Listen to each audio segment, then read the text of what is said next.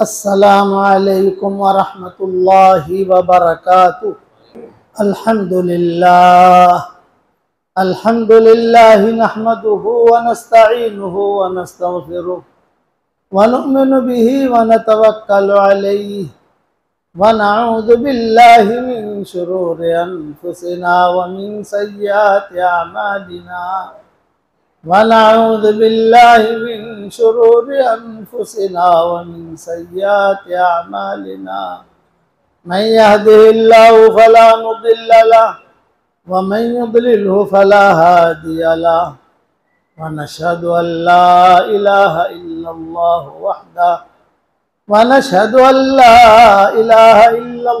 वहदहु ला शरीका लहु व नशहदु अन्न सय्यदना व मौलाना मुहम्मदन अब्दुहु व रसूलुहु सल्लल्लाहु अलैहि व अला आलिहि व अस्हाबिहि व बारक व सल्लम तस्लीमन कसीरन कसीरा। अम्मा बअदु फ़अऊज़ु बिल्लाहि मिनश शैतानिर रजीम। बिस्मिल्लाहिर रहमानिर रहीम। या अय्युहल्लज़ीना आमनू तूबू इलल्लाहि तौबतन नसूहा असा रब्बुकुम अन युकफ्फिरा अन्कुम सय्यिआतिकुम व युदखिलकुम जन्नातिन तजरी मिन तहतिहल अन्हार यौम ला युख़ज़िल्लाहु अन्नबिय्य वल्लज़ीना आमनू मअहु नूरुहुम यसआ बैन अयदीहिम व बिअयमानिहिम यक़ूलून रब्बना अत्मिम लना नूरना वग़फ़िर लना इन्नका अला कुल्लि शैइन क़दीर। सदक़ल्लाहुल अज़ीम। वक़ाल रसूलुल्लाह सल्लल्लाहु अलैहि वसल्लम मन खाफ़ अदलज वमन अदलज बलगल मंजिल अला इन्न सिलअतल्लाहि गालिया अला इन्न सिलअतल्लाहि अल जन्नह औ कमा क़ाल अलैहिस्सलातु वस्सलाम। अल हदीस रवाहु तिर्मिज़ी व क़ाल हदीसुन हसनुन सहीह। काबिल एहतराम भाइयों, दोस्त, बुजुर्गों, अल्लाह का एक निज़ाम है कि अल्लाह ताला हक की परवरिश मुखालिफ फिजाओं में करता है। मुवाफिक फिजाओं में हक नहीं पलता। हक जो है वो हमेशा पलेगा मुखालिफ फिजाओं में। जितने भी अंबिया आए सब मुखालिफ फिजाओं में आए। हमारे दावत का काम भी शुरू हुआ ये मुखालिफ फिजाओं में शुरू हुआ। कोई सुनने के लिए तैयार नहीं था। हुजूर अकरम सल्लल्लाहु अलैहि वसल्लम ने भी दावत का काम शुरू किया, नबूवत भी दी मुखालिफ फिजाओं में। फिजाएं हमवार नहीं हुई थी। अब तो अल्लाह का शुक्र है कि काम बढ़ गया और काम बढ़ने की वजह से हर जगह इस्तकबाल शुरू हो गया। लोग पहचानने लगे, जमात वाले जमात वाले जमात वाले बता देते हैं ये मस्जिद है, ये मस्जिद है, रहबरी कर लेते हैं, खाना खिला देते हैं। किसी ज़माने में ये था कि कोई पहचानता नहीं था। मैं हमारे वाले साहब रहमतुल्लाह अलैह फरमाते थे कि हमने गुजरात में ऐसी जगहों पर गश्त किया है कि ईद के दिन भी हमें किसी ने मस्जिद में दाखिल होने नहीं दिया। इकराम तो क्या करते, मस्जिद में भी दाखिल नहीं होने दिया।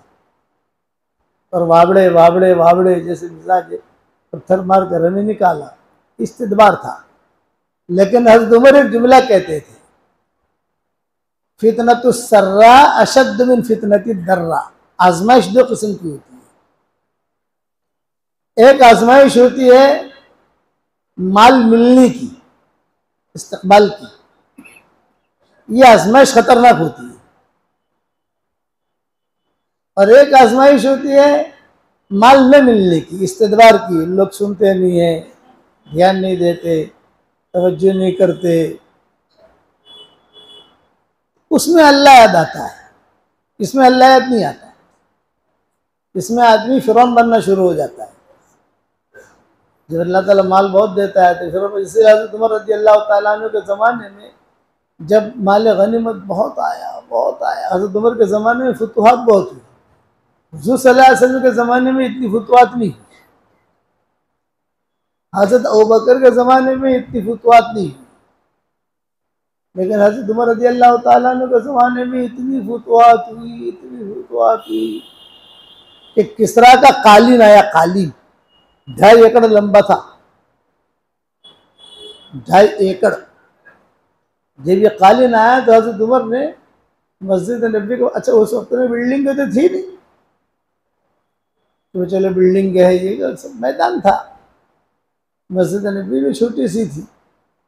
तो हज़रत उमर रज़ी अल्लाह ताला अन्हु ने उस 2.5 एकड़ कालीन को फैला दिया पूरे 2.5 एकड़ मैदान में, और साहबा से कहा कि मशवरा करो भी क्या करना है इसका। तो 99% सहाबे की राय क्या बनी कि इसे ऐसे ही छोड़ दो। जैसे जमीन होती है तो जमीन है तो उसके चारों तरफ बाड़ लगा देते हैं ताकि लोगों को पता चले कि फला सेठ की जमीन है, तो उसको ऐसे ही छोड़ दो किसी जगह मुसलमानों की ज़मीन में, जो है वहाँ बाड़ वगैरह लगा दो, क़यामत तक आने वाले हाजी आवे और हाजी आकर देखें कि कैसी फुतुहात की अल्लाह ताला ने, देखो कितना माल दिया, यादगार रहेगी, यादगार। ये जुमला कहा कि हम चाहते हैं कि हमारी यादगार हो कि वो किसरा जो सताता था साहबा को, हुजूर सल्लल्लाहु अलैहि वसल्लम को, किसरा यानी ईरान, जो ईरान है ये वो किसरा था, वहां पर जो है कालीन अच्छे, आज भी कालीन अच्छे बनते हैं वहाँ ईरान के अंदर। आज भी जो इनकी कॉलोनी जो है मजबूत शुमार होती है, शुरू से इनकी कॉलोनी मजबूत होती आई है। वहाँ हज़रत उमर ने अपने ज़माने में साद इब्न अबी वक्कास को भेजा था, ये मुस्तजाब दुआ थे साद इब्न अबी वक्कास, उनको भेजा कि तुम जाओ वहाँ पर। तो फुतुहात शुरू हुई, तो फतह ऐसे होती थी कि कुछ करना नहीं पड़ता था, फतह हो जाती थी। बैतुल मुक़द्दस जो फतेह हुआ, एक खून का कतरा भी नहीं गिरा है हज़रत उमर के ज़माने में, और फतह हो गया, एक खून का कतरा भी नहीं गिरा है। बस हज़रत उमर ने थोड़ी रियायत रखी इन यहूदियों की, पहले किसी यहूदी को वहां जाने की इजाजत नहीं थी, कोई नहीं जा सकता पिछले हजारों सालों से, भाई तुम लोग यहाँ मत आना, आओ बस, यानी बहुत पाबंदियां थी पिछली हुकूमत, हमारे इस्लाम से पहले भी इन लोगों पर बहुत पाबंदियां थी, बहुत कड़े कानून, कई लोगों ने कत्ल किया उनको, कई तफसीलें हैं किताबों के अंदर, कई मरतबा। हज़रत उमर ने जब फतेह किया तो हज़रत उमर ने सिर्फ एक जुमला कहा, वो ये कहा कि भाई ये भी मुकद्दस लोग हैं, किताबी लोग हैं, तौरात और इंजील, यानी तौरात की भी जान पढ़ते हैं, इंजील को भी पढ़ते हैं, भाई इनको इतनी इजाज़त दे दो कि ये आवे और जगह देख के चले जाए, यहाँ ठहरे नहीं, इतनी इजाज़त मिली थी बस। ये हज़रत उमर ने फैसला किया था, ये तारीख़ी फैसला हज़रत उमर का, मुनफरिदाना फैसला था हज़रत उमर का। कभी भाई जो मतलब मुक़द्दस दफ़ते हो गया, सब चीज़ें हमारे हाथ में आ गई, ये है वो है, बस इनको इतनी इजाज़त दे दो, लिख लो। वो लिखवा लिया था हज़रत उमर ने अपने साहबा से, तब इन लोगों को इतनी इजाज़त दे कि ये आवे ठहरे नहीं, आवे विजिट करके चले जाए, बस इतना। वो हज़रत उमर का फैसला, उसके बाद की हुकूमतें आएंगी, बनु उमय्या आए, बनु अब्बास आए, तुर्क आए, ये आए, वो आए, वो सबने हज़रत उमर के फैसले की पास यानी इज्जत रखी। वो इज्जत का नतीजा ये हुआ जो हमारे सामने है। तो ये अल्लाह ताला का कुछ निज़ाम चलता है। फिर हुजूर ने फरमाया था, हुजूर सल्लल्लाहु अलैहि वसल्लम ने हज़रत मैमुना रज़ी अल्लाह ताला अन्हा से, क्या मैमुना देख, हज़रत मैमुना ने पूछा था कि हज़रत बैतुल मुक़द्दस क्या चीज़ है, तो हुजूर ने फरमाया हशर नशर की जगह है, हशर नशर की जगह, यही से हशर होगा, यही से नशर होगा, यही से क़यामत कायम होगी। हज़रत मैमुना ने पूछा कि हज़रत वहाँ क्या, पर वहाँ पर नमाज पढ़ने की फजीलत है? उन्होंने फरमाया हाँ हाँ फजीलत है, बहुत बड़ी फजीलत है। तो हज़रत मैमूना ने कहा कि हज़रत मदीना मुनव्वरा से बैतुल मुक़द्दस में तो नहीं जा सकती, इतना लंबा फासला मैं तो सफ़र नहीं कर सकती, इतना तो फजीलत में कैसे हासिल करूँ? आपने फरमाया तो नमाज पढ़ना फ़र्ज नहीं है, जिस ताकत तो जाके पढ़े। हाँ, लेकिन कम से कम इतना करना कि बैतुल मुक़द्दस के अंदर जो चिराग है उसके लिए तेल भेज देना। ये हुजूर ने हज़रत मैमूना से कहा था, चिराग है ना, चिराग चिराग जलते थे, उसके लिए तुम जो है तेल भेज देना बस।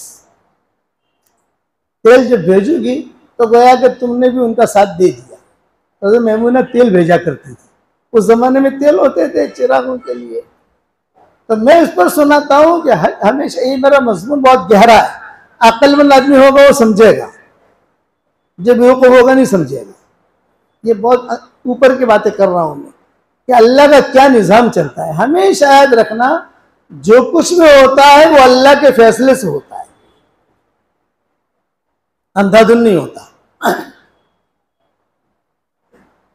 एक तिनका भी अगर गिरेगा तो अल्लाह के इल्म में है, अल्लाह छुट्टी पर नहीं गया है। अल्लाह छुट्टी पर गए, वो नहीं है, अल्लाह को सब मालूम है क्या हो रहा है। अल्लाह ताला तो ये देखता है कि हमारी नीयतें क्या है। सुमई बासून आला नियतिहिम यौमल क़ियामा, हदीस शरीफ में आता है कि सुमई बासून आला नियतिहिम यौमल क़ियामा, कि नियत पर जो है उनका हशर नशर होगा।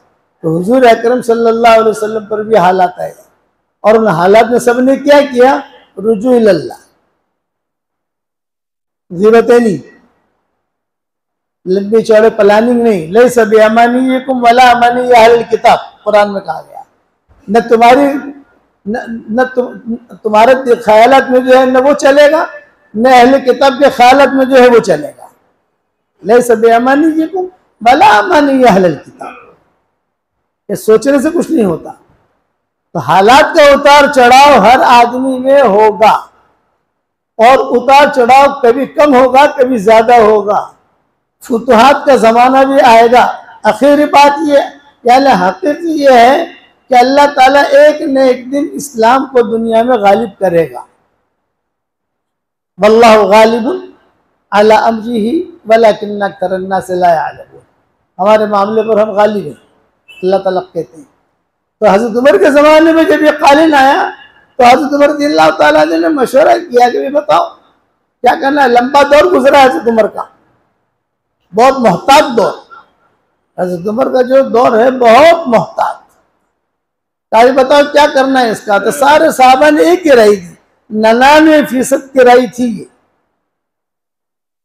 एक आदमी मुखालिफ नहीं था कि इसे बाकी रखो, मुसलमानों की यादगार और बाढ़ बना दो। हाजी आएंगे दुनिया भर से, हज में भी आएंगे, रमज़ान में भी आएंगे, उम्रे के लिए भी आएंगे। जो आदमी मक्का जाता है मदीना भी जाता है, ये देखकर जो है सारे के सारे हाजी खुश होंगे। हज़रत उमर ने कहा नहीं, तुम लोग कहते हो ये यादगार है, लेकिन मैं कहता हूं कि ये यादगार नहीं है, ये गुनाह की यादगार है। हज़रत उमर ने कहा। इस कालीन पर मशवरे हुए हैं इस्लाम के खिलाफ, इस कालीन पर ज़िनाकारियां हुई हैं, इस कालीन पर जो है बहुत शराबी पी गई है। तो गुनाह की यादगार को मैं बाकी रखना नहीं चाहता, टुकड़े करो इसके। चनांचे उसके टुकड़े किए गए, और जहाँ जहाँ मुहाजिरीन अंसार बदरीन जहाँ जहाँ थे वहाँ वो टुकड़े हज़रत उमर ने भेज दिए, टुकड़े करके। इतना माल आया हज़रत उमर के ज़माने में, जिंदगी नहीं बदली। मौलाना सैयद खान साहब रहमतुल्लाह अलैह खेड़ा अफगान के थे। खेड़ा अफगान ये सहारनपुर के करीब में एक बस्ती है, वहाँ सारे अफगान जो है वो हिजरत करके आए थे। असल मौलाना सैयद खान साहब रहमतुल्लाह अलैह पठान थे, इसीलिए सैयद खान कहते थे उनको। ये भी अफगानिस्तान से आए थे। खेड़ा अफगान अभी भी गांव है। हमारे वालिद साहब रहमतुल्लाह अलैह के जो उस्ताद थे, जिन्होंने हमारे वालिद साहब रहमतुल्लाह अलैह को पढ़ाया बचपन के अंदर, वो भी अफगानी थे।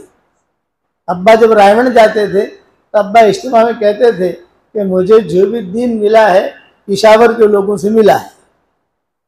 फिर अब्बा अपना किस्सा रोते हुए सुनाते थे कि एक मौलाना अब्दुल हफीज साहब थे, उनकी बीवी थी, उनकी बच्चियाँ थी, वो मुझे खाना खिलाती थी, मुझे देवबंद लेकर गए और अल्लाह ने मुझे इल्म दिया, तो मुझसे अल्लाह ने जितना काम लिया है उसमें अफगानियों को भी अल्लाह सवाब देगा।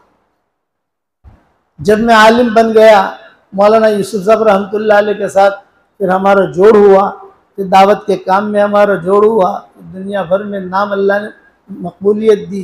तो वही मौलाना अब्दुल हफीज साहब ख्वाब में आए और ये कहा कि उमर, मैंने तेरी इतनी खिदमत की थी, तो मुझे हज तो करा दे।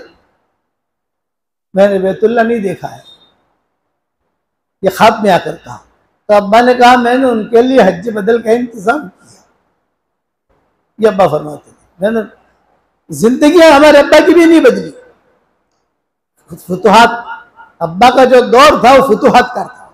मौलाना यूसुफ साहब, मौलाना इनाम हसन साहब रहमतुल्लाह अलैह का दौर तो खूब फुतुहात का था। और खुद मौलाना इनाम हसन साहब जुमला कहते थे, देखो मौलवी यूनुस, इनाम का दौर है, इनाम का दौर है, यानी इनाम मिलने का भी दौर है, मेरा नाम भी इनाम है और इनाम लेने का भी दौर है। ये इशारा करते थे मौलाना इनाम हसन साहब रहमतुल्लाह अलैह। बेटा मौलवी यूनुस, इनाम का दौर है, फायदा उठा लो, ये कहते थे हजरत रहमतुल्लाह अलैह। बाद में यह दौर नहीं आएगा, ये दौर खत्म हो जाएगा। तो मौलाना सैयद खान साहब रहमतुल्लाह अलैह की जो जूतियां थी खेड़ा अफगान से जाती थी मदीना मुनव्वरा। उनके खद्दर के कपड़े, हालांकि क्या कमी थी मदीना मुनव्वरा में। अरब कितने इनके मुरीदीन थे, रियाज के, जद्दा के, बड़े बड़े हदिये। मौलाना सैयद खान साहब रहमतुल्लाह अपनी वही जिंदगी। तो हमेशा याद रखना, हजरत उमर रज़ी अल्लाह तआला अन्हु ने, अब मेरे वालिद साहब रहमतुल्लाह अलैह फरमाते थे, दीन का काम चलेगा चलेगा चलेगा चलेगा, मुखलिसीन होंगे मुखलिसीन होंगे। जब मुखलिसीन बहुत होंगे तो इनमें अगराज वाले आ जाएंगे, और ये अगराज वाले जो है सारे मुखलिसीन को खत्म कर देंगे। और फिर कहते थे कि जितना भी दौर चला खुलफा राशिदीन का, एक आदमी ने सारे सहाबा की सफ़ों को उलट दिया। एक यहूदी था अब्दुल्लाह इब्न सबा, बस एक आदमी। वो मदीना मुनव्वरा आया और जब देखा हज़रत उमर ने बैतुल मक़दिस फतेह किया, हालात बदल गए। सब जगह पर जो है फुतुहात हो रही हैं, गज़वे हो रहे हैं, आगे बढ़ रहे हैं, आगे बढ़ रहे हैं, आगे बढ़ रहे हैं। उस तरफ ताशकंद तक पहुंच गए, या हिंदुस्तान में थाना तक आ गए, केरला तक आ गए, भरूच तक आ गए, फौजी आ गई सारी की सारी। हर जगह जहां जाते थे तो एक आदमी आया, अब्दुल्लाह इब्न सबा यहूदी था। ये मदीना मुनव्वरा आकर ठहरा रहा और देखता रहा। हज़रत उमर का दौर था, देखता रहा। उसने सिर्फ एक बात छेड़ी, कुछ नहीं कहा, एक जुमला। मैं आपको इसलिए समझा रहा हूं कि जुबान से जो जुमला निकालो बहुत सोच समझ के निकालो। बाज मर्तबा एक जुमला जो है पूरे दिन को मिटा देता है। भाई आदमी बीवी को खुदा न खुदा तलाक देता है तो जुमला ही तो कहता है, पूरा घर उजड़ जाता है, नहीं उजड़ जाता। तो उसने एक जुमला कहा, अरे मुहाजिरीन और अंसार, वाह वाह वाह वाह वाह वाह, हुजूर सल्लल्लाहु अलैहि वसल्लम का इंतकाल हो गया तो हुजूर की जो खिलाफत जो मिलनी चाहिए वो तो अली को मिलनी चाहिए, वो उनके खानदान के आदमी है। अब्बास को मिलनी चाहिए, खानदान के आदमी है। आप समझ गए? ये अबू बकर कैसे खलीफा बन गए? इतना जुमला कहा। उस पर 60,000 सहाबा एक तरफ से शहीद हो गए, 40,000 सहाबा एक तरफ शहीद। ये जुमले की वजह से तोड़ शुरू हुआ, यू हुआ, तोड़। हमेशा याद रखना, वला तफर्रकू का जुमला कुरान में है।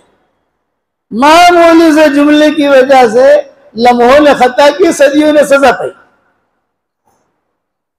हुजूर सल्लल्लाहु अलैहि वसल्लम का जब हज्जतुल विदा हुआ तो हुजूर सल्लल्लाहु अलैहि वसल्लम ने ऐलान किया, भाई हम हज में जा रहे हैं, भाई हम हज में जा रहे हैं। भाई हम हज में जा रहे हैं, सबको इजाजत है, हमारे साथ चलो, हमारे साथ चलो। उस जमाने में जो है कोई वीजा नहीं था, पासपोर्ट नहीं था, हवाई जहाज नहीं थे, तो उस दौर के अंदर जो है कुछ कोई निज़ाम बनाने की जरूरत नहीं, कोई टूर की जरूरत नहीं। आपने ऐलान कर दिया भाई हमारा हज का सफर हो रहा है, मक्का फतेह हो गया है, अब हम हज के लिए जा रहे हैं, आप लोग हमारे साथ हज में चलो, हज में चलो। तो काफिला जो है सारा तैयार हो गया, सब लोग जो है, बाज रिवायत में 1,00,000 सवा लाख हाजी भी थे हजरत विदा के मौके के ऊपर। बाज रिवायत में 60,000, बाज 40,000, बाज रिवायत में कि हुजूर चले तो कम लोगों को लेकर, लेकिन रास्ते में सब लोग आते गए, आते गए, आते गए, आते गए। अब वो हज में जो है कई जो किस्से हुए, मदीना मुनव्वरा से मदीना मुनव्वरा ये सफर हुआ हज का आपका, कई किस्से हुए रास्ते में। मैं जुबान के बोल पे समझा रहा हूं, अपनी जुबान की हिफाजत करो। हुजूर सल्लल्लाहु अलैहि वसल्लम ने मुआज इब्न जबल से कहा था, मुआज आखिर नसीहत थी हुजूर की, अपनी उंगली से अपनी यूं पकड़ के बताया था, उसको बचा के रखना, बोलना मत। हजरत मरियम अलैहिस्सलाम पर हालात आए तो अल्लाह ने एक ही जुमला कहा, खामोश रहना। जकरिया अलैहिस्सलाम पर हालात आए, एक ही जुमला कहा, खामोश रहना। हुजूर सल्लल्लाहु अलैहि वसल्लम पर हालात आए तो हुजूर सल्लल्लाहु अलैहि वसल्लम सहाबा को कहते थे कि खामोश रहो। खामोश रहने के फजाइल बहुत मिलेंगे, बोलने के फजाइल नहीं मिलेंगे। समत, पहले जमाने में खामोशी का रोजा होता था, जैसे हमारा ये रोजा है ना कि हम खाते नहीं है, तो उनका रोजा खामोश रहने का, 24 घंटा हम खामोश रहेंगे, 3 दिन तक खामोश रहेंगे, बस फिर बोलेंगे नहीं। पानी पीना है तो कहेंगे कुछ जाके ले आएंगे, बोलेंगे नहीं।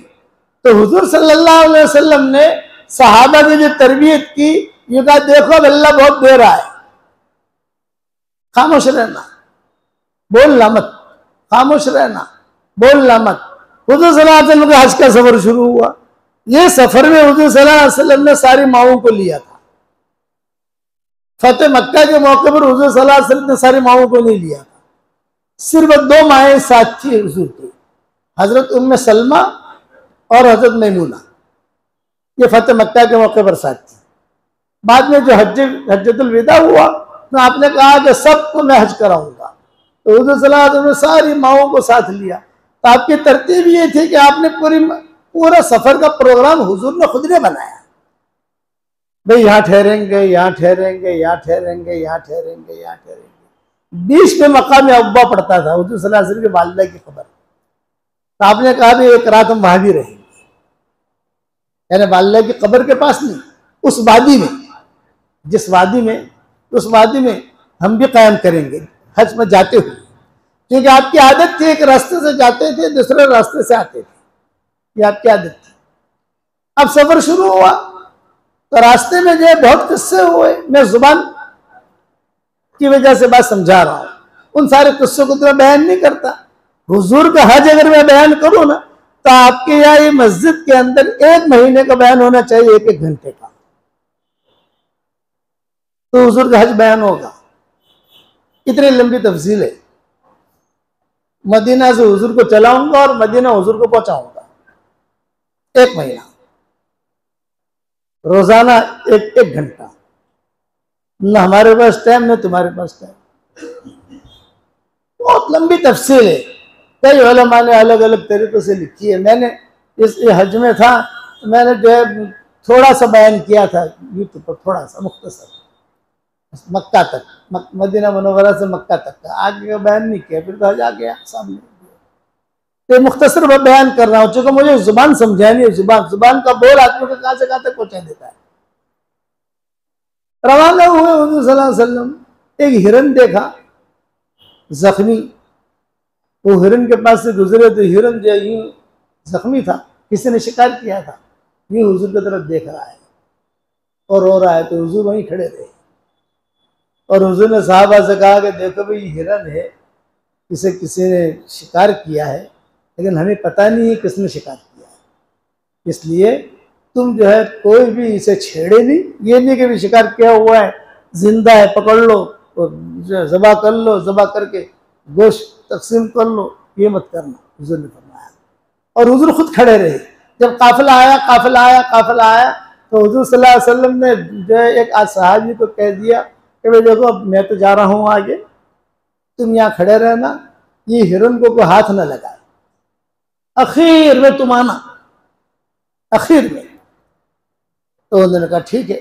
जब हुजूर सल्लल्लाहु अलैहि वसल्लम रवाना हुए तो साहबी खड़े थे। अब जाहिर बात है कि साहबी खड़े थे तो लोग देखते थे, अरे हिरन, अरबों को तो शौक था ना गोश्त खाने का, और हिरन का गोश्त खाने का, अरे हिरन तैयार माल है, नहीं महलन महलन, हुजूर ने मना किया, हुजूर ने मना किया।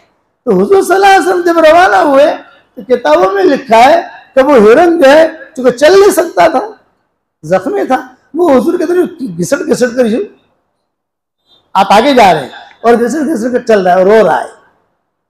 तो हुजूर ने कहा, हुजूर ने उसको सहाबी से कहा, भाई इसे प्यार के साथ रखो, जहां तक हुजूर गायब नहीं हुए हैं तब तक वो हिरन हुजूर की तरफ देखता रहा और रोता रहा। आगे बढ़े, आगे बढ़ने के बाद एक जगह है मकाम अब्बा, जहाँ हुजूर सल्लल्लाहु अलैहि वसल्लम की वालिदा की कब्र है, वहां पर हुजूर सल्लल्लाहु अलैहि वसल्लम का पड़ाव था।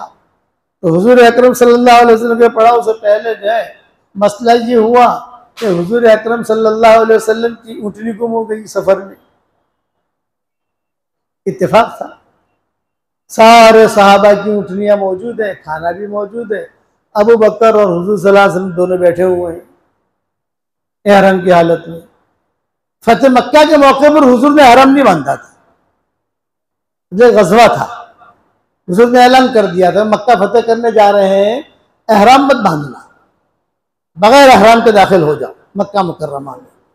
फिर जब मक्का फतेह हो गया तो आपने मुल्तज़म पर खड़े रहकर ऐलान किया, 3 दिन तक हरम मेरे लिए हलाल हो गया था, अब क़यामत तक ये हरम रहेगा,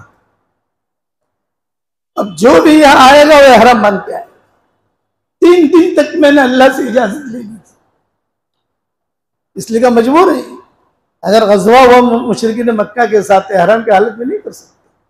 जब मक्का मुकर्रमा मुकम्मल तरीके पर फतेह हो गया तो आपने ऐलान कर दिया था कि 3 दिन तक मेरे लिए हरम को अल्लाह ने हलाल कर दिया था, अब हरम जो है फतेह हो गया, इसलिए क़यामत तक ये हरम ही रहेगा, कोई बगैर हराम के या हरम में दाखिल हो। उसूल बयान, उसूल ने कवायद बयान की। तो वहां पर जब पहुंचे हुजूर सल्लल्लाहु अलैहि वसल्लम, सारे के सारे, अच्छा तरतीब ये होती थी कि जिस मैदान में जमा होते थे रात गुजारनी है, तो वहां पर हुजूर सल्लल्लाहु अलैहि वसल्लम का और हुजूर की एक माँ का खेमा लग जाता था, वो माँ हुजूर की खिदमत में आ जाती थी, रात गुजरती थी और फिर दूसरे दिन सफर करते थे हज का। वहां जब पहुंचे तो सब ने खाना बना लिया, सबने खाना खा लिया, सब थे, और हुजूर सल्लल्लाहु अलैहि वसल्लम और अबू बकर दोनों भूखे बैठे, दोनों भूखे बैठे, सहाबा देख रहे हैं ये क्या हुआ, हुजूर तो खामोश, हुजूर की उठनी कहाँ है, कुछ पता नहीं। सिद्दीक़ अकबर हुजूर का मुंह देख रहे और हुजूर सल्लल्लाहु अलैहि वसल्लम सिद्दीक़ अकबर का मुंह देख रहे। अच्छा काफिला तो बड़ा था ना, हर आदमी आते हुए जरा झिझकता भी था, ये मसला नहीं, मसला क्या है, हुजूर की उठनी कहाँ है। तो कुछ साहब आए हुजूर के पास, और हुजूर के पास साहबा ने आकर कहा कि हजरत सबने खाना खा लिया, सबके बर्तन भी धुल गए, दस्तरखान भी उड़ गए, और आप दोनों ने खाना नहीं खाया, आपकी उठनी कहाँ है। आपने फरमाया भाई हमारी उठनी जो है वो गुम हो गई है, हमारी उठनी गुम, ये हाजियों के सामान गुम हो जाते हैं तो मैं किस्सा सुनाता हूँ उनको, लेकिन मैं उनको ये भी कहता हूँ कि खामखा गुम नहीं करना, जानबूझ कर गुम हो जाए तो ये फजीलत मिलेगी, सामान गुम हो गया, ये भी हज की सुन्नतों में से एक सुन्नत है। तो वो आपने फरमाया हमारी उठनी गुम हो गई, जब आपने फरमाया उठनी गुम हो गई तो हमारी उठनी हाजिर है। अब साहब उठनियां लेकर आए, खाना लेकर आए, आ जाओ हजूर, आपने फरमाया नहीं नहीं, अल्लाह तुम्हारे खाने बरकत दे, ये नहीं कहा जज़ाकल्लाह कहकर हदिया कबूल कर लिया। आजकल तो ये होता है ना, मेरे वालिद साहब रहमतुल्लाह अलैह फरमाते थे हम इतने गए गुजरे बन गए कि कोई खाली खुदाएगा भी ना तो अभी आदमी समझेगा कि शायद मुझे कुछ दे रहा है। ये मेरे अब्बा की बात नकल कर रहा हूँ उस दौर की जब मुखलिसिन के था, अभी तो हम बहुत दूर चले गए। ये मेरे वालिद साहब रहमतुल्लाह अलैह वहाँ निजामुद्दीन मरकज में बयान करते थे, भरे मजमे में। आज तो इतने गए गुजरे बन गए कि अभी जो है अगर कोई खाली सिर्फ खुदाएगा भी तो दिल में क्या आएगा कि शायद ये कुछ दे रहा है। रायवेन का इज्तिमा था, रायवेन के इज्तिमा में हजरत शेखुल हदीस साहब रहमतुल्लाह अलैह बैठे हुए, मौलाना यूसुफ साहब रहमतुल्लाह अलैह भी बैठे हुए, मौलाना इनामुल हसन साहब रहमतुल्लाह अलैह बैठे हुए। सब बड़े ही थे नहीं, हजरत शेख मौलाना यूसुफ साहब रहमतुल्लाह अलैह, मौलाना इनामुल हसन साहब रहमतुल्लाह अलैह, हाजी बशीर जो वहाँ के अमीर थे, भाई अब्दुल वहाब, ये सब टॉप लोग थे जिनकी वजह से काम चला चला चला। सब हर एक ने अपने एतबार से काम किया, सब हीरे थे हमारे माशाअल्लाह। अल्लाह इन सब की कब्रों को नूर से मुनव्वर फरमाए। तो हमारा अब्बा का बयान था, तो अब्बा ने बयान में जज्बात में आ गई, कभी कभी जज्बात में आ जाते थे अब्बा। जज्बात में आ गए, कहा देखो एक बात कहना चाहता हूँ, हजरत शेख भी मेरी बात सुन रहे हैं। चूंकि उस मजमे में मुफ्ती रफी उस्मानी, मुफ्ती तकी उस्मानी, एक मूसा रूहानी बाजी जो वहाँ के बड़े बड़े उलमा थे, वो सारे का सारे तीन तबका मौजूद था उस मजमे के अंदर। रायवेन ने तो कहा मैं एक बात कहना चाहता हूँ और अमानतदारी से कहना चाहता हूँ, और मेरी ये बात हजरत शेख भी सुन रहे और मौलाना यूसुफ साहब भी सुन रहे हैं, मौलाना इनामुल हसन साहब भी सुन रहे हैं, बाकी यहाँ के पुराने भी सुन रहे हैं, और हिम्मत करके कह रहा हूँ। और वो बात ये है, अब अब्बा ने बात शुरू की, ध्यान से सुनना, कान खोल के सुनना। जहन्नम में सबसे पहले बेईमान नहीं जाएंगे, जहन्नम में सबसे पहले यहूदी नहीं जाएंगे, जहन्नम में सबसे पहले नसारा नहीं जाएंगे। तो जहन्नम में सबसे पहले कौन जाएगा? वो दीन के काम करने वाले जाएंगे जिनकी नीयतों में खोट था। वो दीन के काम करने वाले जिनकी नीयतों में खोट था जहन्नम में जाएंगे नहीं, बल्कि अल्लाह ताला उन बदबख्तों की वजह से जहन्नम को भड़काएंगे, ईंधन बनाएंगे। युस्सार का जुमला आता है, युस्सार। इसलिए दीन का काम करो लेकिन नीयत में खोट नहीं होना चाहिए। नीयत, लेकिन नीयत को तो अल्लाह जानता है किसके दिल में क्या नीयत है। फिर जुमला कहा, एक बात मैंने बहुत अमानतदारी से कही है, अब्बा कह रहे हैं, एक बात मैंने बहुत अमानतदारी से कही है, जिसके नीयत में खोट होगा उससे दीन तो फैलेगा लेकिन बरकत नहीं फैलेगी। कि कभी कभी अल्लाह ताला फासिक फाजिर से भी दीन का काम ले लेता है। और हदीस पढ़ी, इन्नल्लाह कद युय्यिदुद्दीन बिरजुलिन फाजिर व इन्नहु लम यदखुलुल जन्नत इल्ला मोमिन। कि अल्लाह ताला कभी कभी फासिक फाजिर से भी दीन का काम ले लेता है, और लेकिन जन्नत में तो मोमिन ही दाखिल होता है। जब ये जुमला कहा तो शेख जो है बहुत रोए, हमारे सर शेख बहुत रोए। अबुल हसन शेख के शागिर्द, शेख के खास खादिम थे। अबुल हसन पानी पिला, अबुल हसन पानी पिला। मौलवी उमर ने तो हमें आईना दिखा दिया, मौलवी उमर ने तो हमें आईना दिखा दिया, और बात सही थी। तो फिर एक जुमला कहा क्या याद रखना कि आदमी जो है अगर बिगड़ गया, दावत और तबलीग का काम करते करते बिगड़ा तो काबे में जाकर भी सुधरेगा नहीं। खानका का काम करते करते बिगड़ गया, खानका में जाकर काबे में जाकर सुधरेगा नहीं। तो हवाई जहाज अगर फैक्ट्री में बिगड़ गया हवाई जहाज तो कहाँ जाकर सुधरेगा? तो लोगों को जान लेगा। जज्बात में थे हमारे वालिद साहब रहमतुल्लाह अलैह, कभी कभी जज्बात में आ जाते थे। जो पुराने हैं जिन्होंने हमारे अब्बा के बयानात को सुना है उन्हें महसूस है। फिर जो है जब बयान पूरा हो गया तो शेख ने बुलाया और शेख ने कहा, भाई मौलवी उमर, अल्लाह ताला हम सब की हर बुराई से हिफाजत फरमाए। आदमी अपना देखे मैं कहां पर हूं, इस पर हुजूर सल्लल्लाहु अलैहि वसल्लम भी रोते थे। हालांकि अल्लाह के नबी है, वे अल्लाह के नबी है ना, कद गफर अल्लाह लका मा तक़द्दम मिन ज़ंबिका मा तअख़्ख़र, सबको अगली पिछले माफ है। हज़रत उमर इस पर रोते थे, अबू बकर इस पर रोते थे, अरे जुमला कहते थे काश में चिड़िया होता। हज़रत सिद्दीक़ अकबर कहते थे काश में चिड़िया होता। हज़रत उमर कहते थे ला लिया वला अलैया। एक ही नसीहत करते थे हुज़ूर सल्लल्लाहु अलैहि वसल्लम, देखो काम बढ़ रहा है, अपनी नीयत भी साफ रखो और जुबान भी पाक रखो। और एक मसला बता देता हूं, शायद किसी मौलवी साहब ने आपको मसला नहीं बताया होगा, ये मसला सुन लो। दिल की दो किस्में हैं,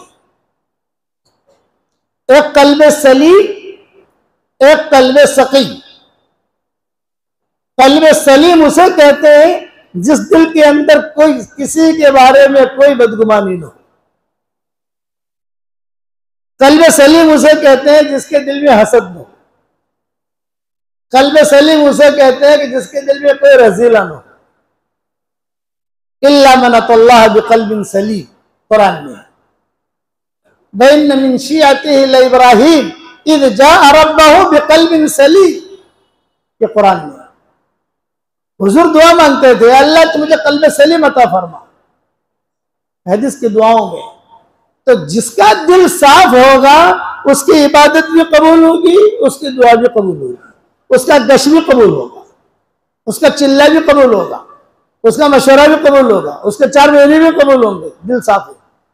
और जिसका दिल सकीम होगा, सकीम डॉक्टरों वाला दिल नहीं, बीमार दिल, कल्ब सकीम उसे कहते हैं जिस दिल के अंदर हसद हो, बुग़्ज़ हो, कीना हो, बदगुमानी हो, बीमार दिल शरीयत के एतबार से। तो सारे उलमा का इत्तिफाक है। मैं क्यों कहता हूं कि उलमा की किस्में हैं। अरब उलमा कुछ कहते हैं, हिंदुस्तान के उलमा कुछ कहते हैं, मिस्री उलमा कुछ कहते हैं। इस मसले में सारे उलमा का इत्तिफाक है कि अगर दिल के अंदर कुछ गड़बड़ है, रज़ाइल है, बदगुमानियाँ है, कोई मामला है, कुछ छुपी हुई है और कांटे हैं, तो उसकी न इबादत कबूल होगी न दुआ कबूल होगी, कुछ कबूल नहीं। हाँ, नेकियां मिलेंगी, अभी तो नेकियां अल्लाह देगा। मसलन ईशा की नमाज हम पढ़ेंगे और कल्ब सकीम के साथ पढ़ी, दिल के अंदर से कोई गड़बड़ है, बीवी के बारे में, बच्चे के बारे में, पार्टनर के बारे में, साथी के बारे में। आजकल तो साथी के बारे में बदगुमानियां होती है, अरे वो ठीक नहीं है, वो अच्छा है, वो अच्छा नहीं है, वो खराब है, वो अच्छा है। फिर तुम्हें हमें कहने का क्या हक है? हम तो जाहिर में बैठे हैं, अल्लाह का जाहिर में मशवरा करेंगे। तो उसकी कोई इबादत कबूल नहीं, कोई दुआ कबूल नहीं। हाँ, नेकियां मिलेंगी और नेकियां कमाना हमारी शरीयत में सबसे आसान काम है, कबूल कराना ये मुश्किल है। अल्लाह का उसूल है, इन्नमा यतक़ब्बलुल्लाहु मिनल मुत्तक़ीन, तक़वे वालों का ही हम कबूल करते हैं। अल्लाह ने नहीं कहा नमाज पढ़ने वालों का कबूल करते हैं, कुरान पढ़ने वालों का कबूल करते हैं, हाजियों का कबूल करते हैं ना। तक़वे वालों का हम कबूल करेंगे बस। नेकियां सबको दे देंगे। ईशा की नमाज पढ़ेंगे, फरिश्ते क्या लिखेगा? ममरा की मस्जिद में ईशा की नमाज इसने पढ़ ली, नेकियां आ गई। ये नेकियां आती जाती रहेंगी। गुनाह किया, नेकियां जो है खत्म हो गई, फिर नेकी की, फिर जो गुनाह माफ हुए, ये चलता रहेगा हिसाब किताब अल्लाह के यहाँ। और आज इतना आसान किया, पढ़ो एक दुआ मेरे साथ, रब्बना ग़फ़िरली वली वालिदैया वलिल मुमिनीना यौमा यक़ूमुल हिसाब। इतना पढ़ा हमने, तो रिवायतों में आता है जो एक मर्तबा इतना पढ़ ले, उस वक्त में जितने मुसलमान मर्द और औरतें दुनिया में होंगी उन सब के बराबर अल्लाह उसके अकाउंट में नेकियां दाखिल कर देगा। कितना आसान है नेकियां कमाना। मियां बीवी एक दूसरे की तरफ मोहब्बत की निगाह से देखें और दोनों एक दूसरे की तरफ देखकर मुस्कुराए, तो आसमानों पर अल्लाह भी मुस्कुराते हैं। घर जाकर अमल कर लेना कि बापू ने ये अमल बताया है, लेकिन मोहब्बत से देखना, ये नहीं भाई मैं हंसता तो हूं लेकिन तेरी मेरी लड़ाई जो है वो है, मोहब्बत क्या रही, वो तो गड़बड़ है। आप समझेंगे नहीं। ये हदीस है तबरानी की, कि मियाँ बीवी एक दूसरे की तरफ मुंह करके देखे, दोनों मुस्कुराए, अल्लाह भी हंसते हैं। कितना आसान है। मियाँ बीवी एक दूसरे से मुसाफा करें, 10 उंगलियां इसकी 10 उंगलियां इसकी, तो दोनों का गुना मोहब्बत से, दादागिरी से नहीं, लड़ने के लिए नहीं, इसके लिए मोहब्बत से कर। तो आपने फरमाया कि दोनों का गुना ऐसे झड़ेंगे जैसे हम नल खोलते हैं, पानी का धड़ धड़ धड़ धड़ नीचे आता है, वैसे जो गुना झड़ेंगे। तो नेकियां कबूल, नेकियां हासिल करना, गुनाह माफ कराना, ये हमारी शरीयत में बहुत आसान चीज है। सबसे मुश्किल चीज कबूल कराना। 100% होगा तो कबूल करेंगे आप। हाँ, फजल उसका हो जाए। कबूल अस्तगरचे हुनर नेस्तास के जुज़्मा पनाहे दिगर नेस्तास, किसी पर अल्लाह का खास फजल हो जाए और अल्लाह ताला कबूल कर ले, वो उसका करम। लेकिन कानून ये, हमारी शरीयत में सारी नेकियां कबूल करानी हो तो पूरे कवाइफ लाओ। सिर्फ एक नेकी हमारी शरीयत में ऐसी है जिसमें 100% इखलास की जरूरत नहीं है। एक नेकी हमारी शरीयत में ऐसी है कि जिसमें 100% कवाइफ, कवाइफ तो समझते हो ना भाई, फौरन हम जमात भेजते हैं तो हमारे साथी कवाइफ देखते हैं कि नहीं, 3 चिल्ले हुए पूरे हुए कि नहीं, बराबर मस्जिद जमात में आता है कि नहीं आता, मशवरे में आता है कि नहीं आता, 3 दिन लगाता है कि नहीं लगाता, चिल्ला लगाता है कि नहीं लगाता, कवाइफ उसे कहते हैं। एक नेकी ऐसी है कि जिसमें पूरे कवाइफ की जरूरत नहीं है, और वो नेकी कौन सी है? खिदमत की। तो बदकार औरत ने कुत्ते को पानी पिला दिया था, थी बदकार, उस पर उसकी माफी होगी। कुछ भी कवाइफ नहीं थे उसके पास, गंदी थी, लेकिन वो नेकी। और ये चीज बगैर अखलाक के नहीं आएगी। हुजूर सल्लल्लाहु अलैहि वसल्लम ने सबके साथ अखलाक बढ़ते। देखो दावत का काम करना है कि नहीं करना आप लोगों को भाई? अरे बताओ तो सही यार। सबसे पहले अखलाक ठीक करो, जुबान ठीक करो, दिल पाक रखो, ये 3 काम करो खाली यार, तो दावत के काम अल्लाह ताला आपसे बड़े बड़े काम लेगा। अखलाक, जुबान। आज तो मेरे वालिद साहब रहमतुल्लाह अलैह के मकौले बयान करता हूं, अरे बेटा यूनुस, आज तो अगर कोई 4 महीना लगा ले ना, 4 महीना, तो भी अपने आप में जिब्रील समझने लगता है। 4 महीना लग गया ना, अब जिब्रील समझे मुसाफा करेगा तो आधी उंगली से 4 महीना लगा, 4 महीना लगाया मैंने, बहुत देर लगती है।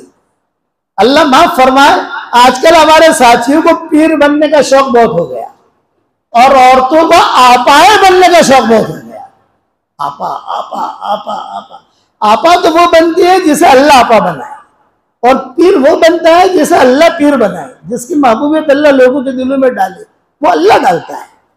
3 चिल्ला लगाने से पीर नहीं बनता, मेरे अब्बा कहते थे। 3 चिल्ला लगाने से, 2 चिल्ला लगाने से औरत आपा नहीं बनती। तस्वीर पकड़ लेगी और जब मुंह से हाथ में ले लेगी आपा बन गई। अखलाक पहली चीज है। मदीना मुनव्वरा में एक बदकार औरत थी, उससे बदकार कोई औरत नहीं। अब रंडी का जुमला कहना तो सर अच्छा नहीं लगता, लेकिन इतने बदकार थे कि यहूद भी डरते थे। वो घर से बन ठन के निकले तो यहूद, चूंकि मदीना मुनव्वरा में यहूद रहते थे ना, मदीना मुनव्वरा में मुसलमान रहते थे, यहूद भरे हुए थे और मुशरिकीन रहते थे। ये जब इनको दुनिया वालों ने निकाला यहूदियों को, तो 3 बड़े बड़े कबीले थे जो वहां जाकर आबाद हो गए थे। बनु कुरैजा, बनु नजीर, बनु कैनुका। ये इन्होंने मदीना पर कब्जा कर लिया था, खैबर पर कब्जा कर लिया था। ये जमीनें खजूरों की थी, तो इस पर शुरू से ये लोग चले आ रहे थे। ये लोग बहुत क्वांटिटी के अंदर और मालदार भी थे ये यहूदी। एक यहूदी ने जो मुसलमान हुआ था, हज़रत उमर से कहा था, हज़रत उमर की वजह से मुसलमान हुआ था, वो बहुत बड़ा मालदार था वो। तो हज़रत उमर से कहा कि भाई हुजूर के बाद ले जा रहे थे हज़रत उमर इस्लाम में दाखिल करने के लिए। तो हज़रत उमर से कहने लगा कि भाई मेरी राय ये, मेरे पास बहुत माल है, मैं चाहता हूँ कि जितने भी मुसलमान क़यामत तक आवे सब मेरे माल में पार्टनर। ये हज़रत उमर से कहा कि जितने मुसलमान क़यामत तक आवे, क़यामत तक दुनिया में जहाँ पर भी फैले इस्लाम जहाँ, तो मेरे इस माल में पार्टनर। हज़रत उमर खड़े हो, भाई क्या कह रहा है तू? तो मैं सही कह रहा हूँ, मेरे पास इतना माल है कि सारे मुसलमानों के घर भर जाएंगे। था भी ऐसा, भारी भरकम आदमी था, अभी मुसलमान नहीं हुआ था। हुजूर ले जा रहे थे, हज़रत उमर ले जा रहे थे हुजूर सल्लल्लाहु अलैहि वसल्लम के पास, और रास्ते में उसने बात की। तो हज़रत उमर ने कहा, देख मेरे सामने तो कही है, वहां मशवरे में मत कहना, हुजूर के सामने भी मत कहना। इसलिए कि अगर हुजूर ने कबूल कर लिया या शुरा वालों ने कबूल कर लिया, ये सब कौन रखेगा? इस्लाम तो तेरे जहन में कि इस्लाम जज़ीरतुल अरब में, तेरे जहन में कि इस्लाम ये देहाती जो है क़ुर्ब जवार वाले वहाँ इस्लाम है, तेरे जहन में कि मक्का में इस्लाम है, ताइफ पहुँचाए इस्लाम, ज़्यादा से ज़्यादा बसरा कूफा तक पहुँचाए, शाम तक पहुँचाए, ये इस्लाम पहुँचाए। इस्लाम तो बहुत फैलेगा, पता नहीं कहाँ कहाँ मुसलमान उनको जैसा कौन रखेगा। तो यहूदी ने कहा मैं रखूँगा, तो तू कैसे रखेगा? तू तो अभी चंद दिन मर जाएगा, ये बात मत रखना। हज़रत उमर ने मना किया। अगर हज़रत उमर मना न करते और हुजूर कबूल कर लेते तो हम सब पार्टनर होते। तो मैं हुजूर के अखलाक पर सुना रहा था कि वो बदकार औरत थी, यहूदी बहुत डरते थे, मुसलमान तो डरते डरते थे, मुशरिकीन भी डरते थे। वो रास्ते में चलते चलते लोगों को हाथ पकड़ ले। एक मर्तबा वो खुशबू लगाकर और जो अपना अच्छे कपड़े पहनकर बन ठन कर वो निकली। जिस रास्ते से वो गुजरती थी लोग रास्ता बदल देते थे। इत्तेफाक उस दिन ऐसा था कि हुजूर खाना खा रहे थे और आप सल्लल्लाहु अलैहि वसल्लम ऐसे बैठकर ऊपर बैठकर खाना खा रहे थे। और इत्तेफाक ऐसा हुजूर घर में नहीं खा रहे थे, बाहर अपना जो छोटा मोटा सहन होता है वहां बैठकर खा रहे थे। वो औरत ने दूर से देखा कि मोहम्मद खाना खा रहे हैं, तो वो चली। जब चली तो हुजूर की तरफ चली। अब साहबा को टेंशन, अरे ये हुजूर की तरफ जा रही है यार, कोई रोके इसको, और रोके भी कौन, किसकी ताकत है? वो रोकने जाएगा तो उसी को पकड़ लेगी। वो दूर दूर से लोग परेशान हो रहे हैं, कह रहे यार ये तो हुजूर की तरफ जा रही है, हुजूर की तरफ जा रही है। मैं हुजूर के अखलाक सिखा रहा हूं और बता रहा हूं आपको। सीधी हुजूर के सामने जाकर खड़ी होगी, हुजूर सल्लल्लाहु अलैहि वसल्लम बैठे हुए खाना खा रहे। तो उसने क्या कहा, या मोहम्मद अताकुलु कमा याकुलुल अब्द, तुम ऐसा खाते हो जैसे कोई गुलाम खाता है? आपने फरमाया हाँ, अना अब्दुन मिन इबादिल्लाह आकुलु कमा याकुलुल अब्द, मैं अल्लाह के बंदे में से बंदा हूँ, मैं ऐसे खाता हूँ जैसे गुलाम खाता है, अल्लाह का बंदा हूँ। दूसरा सवाल कर रही है, या मोहम्मद अताकुलु वहीदन व तंसानी, क्या आप अकेले खा रहे हो, मुझे नहीं खिला रहे? हुजूर टॉप 1 और ये बिल्कुल नीचे, और हुजूर अखलाक बरत रहे। और हमारे दौर में कोई होता तो इसलाह कर लेता, नहीं कर लेता, उसकी गली भूल जाती है, कभी आती ही नहीं। लेकिन वहां वो चीज नहीं थी। इन्नका लअला खुलुकिन अज़ीम, अताकुलु वहीदन व तंसानी, आप अकेले खा रहे, मुझे नहीं खिला रहे। आपने फरमाया खा ले, खा ले, लुकमा ले। उसने कहा नहीं नहीं नहीं नहीं, अपने हाथ से खिलाओ। ये हदीसों में किस्सा आता है, अपने हाथ से खिलाओ। आपने वो लुकमा हाथ में लिया, ले ली, खा ले। नहीं, अपने मुंह का लुकमा खिलाओ। अतिमनी माफी फीक, ये रिवायत है कि जुमले कह रहा हूं अरबी वाले। अतिमनी माफी फीक ऐ माफी फमिक, फीक कहते हैं मुंह को, कहते हैं जो तेरे मुंह में है ना वो खिला। टॉयलेट में से लुकमा दे के मुझे दे रहा है, अपने मुंह वाला लुकमा खिला। हुजूर ने फरमाया बहुत अच्छा। हुजूर ने अपने मुंह से लुकमा निकाला और उसको दिया, उसने खाया और उसी वक्त रदी अल्लाह ताला अन्हा बन गई। और सब देख रहे हैं साहब, ये किस्से छुपे हुए नहीं है, छपे हुए हैं। चूंकि सबने देखा ना, कोई वहां खड़ा खड़ा देख रहा है, कोई वहां खड़ा खड़ा देख रहा है। बाद में वो अच्छा, वो तो रदी अल्लाह ताला अन्हा बन गई, मुसलमान बन गई। फिर तो ये बड़ी आपा बनी, हकीकी आपा मदीना की। लोग तरसते थे शादी के लिए। पहले कैसी थी और अब कैसी बनी? और वजह क्या बना? हुजूर के अखलाक, हुजूर का दिया। हुजूर उसको तो झड़क देते, उसको डांट देते हुजूर सल्लल्लाहु अलैहि वसल्लम, तो कभी आती वो बल्कि मद्दे मुकाबले आ जाती हुजूर की। फिर उसकी शादी, उसका इंतकाल, अब तो वक्त नहीं हमारे पास, लेकिन इंशाअल्लाह अल्लाह ताला जब वक्त आएंगे, जब अल्लाह लाएगा दूसरी मर्तबा।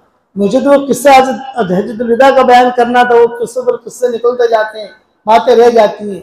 बाद में सुनाएंगे कि किसके साथ शादी हुई, कौन बनी मदीना मुनव्वरा की, कौन बनी। तो अखलाक हमारे अच्छे हैं, ये मेरी नसीहत याद है। जुबान हमारी पाक, दिल पाक, साथी के बारे में कोई बदगुमानी नहीं, हमें कोई हक नहीं है किसी के बारे में बदगुमानी करने का। किसी के बारे में हमारा जो काफिला खत्म हुआ है, हम जो रूहानी जवाल पर आ गए, सब जानते हैं, सब बालिग हैं, सब जानते हैं कि रूहानी जवाल पर हम आ चुके हैं। उसकी वजह यह है कि हमें बद अखलाकी आ गई थी, हमें गुलू आ गया था, हमारे अंदर बदगुमानी आ गई थी। हम सब अपने आप को जिब्रील समझ रहे थे कि एक एक साथी टूटता गया, एक ही टूटा, एक ही टूटा, एक ही टूटा, एक ही टूटा। आते थे लेकिन दिल मिले हुए नहीं थे, तो हमारा काफिला ही उजड़ गया और उजड़ेगा। ये मेरी बात याद रखना, जब तक हमारे अंदर सिफात नहीं आएंगी तब तक हम आगे नहीं बढ़ सकते। सिफात का आना बहुत जरूरी। हुजूर अकरम सल्लल्लाहु अलैहि वसल्लम बैठे हुए हैं कमरे में, सब कमरा भरा हुआ है। एक सहाबी है, उनका नाम है जरीर इब्न अब्दुल्लाह अल-बजली। ये बहुत खूबसूरत सहाबी थे, यमन के शहजादे थे। ये बाहर आकर खड़े हो गए, हुजूर ने देखा, हुजूर ने फरमाया ओहो जरीर आया, जरीर। तो हुजूर ने यूं देखा कि कोई जगह मिल जाए, उसको बुला लो अंदर। लेकिन कमरा ऐसा खचाखच भरा हुआ था, जगह थी नहीं। तो हुजूर सल्लल्लाहु अलैहि वसल्लम ने अपने रुमाल में डाला, उसको जरा हटा दो, कान में तकलीफ हो रही, मुझे ये हाथ में दे दीजिए।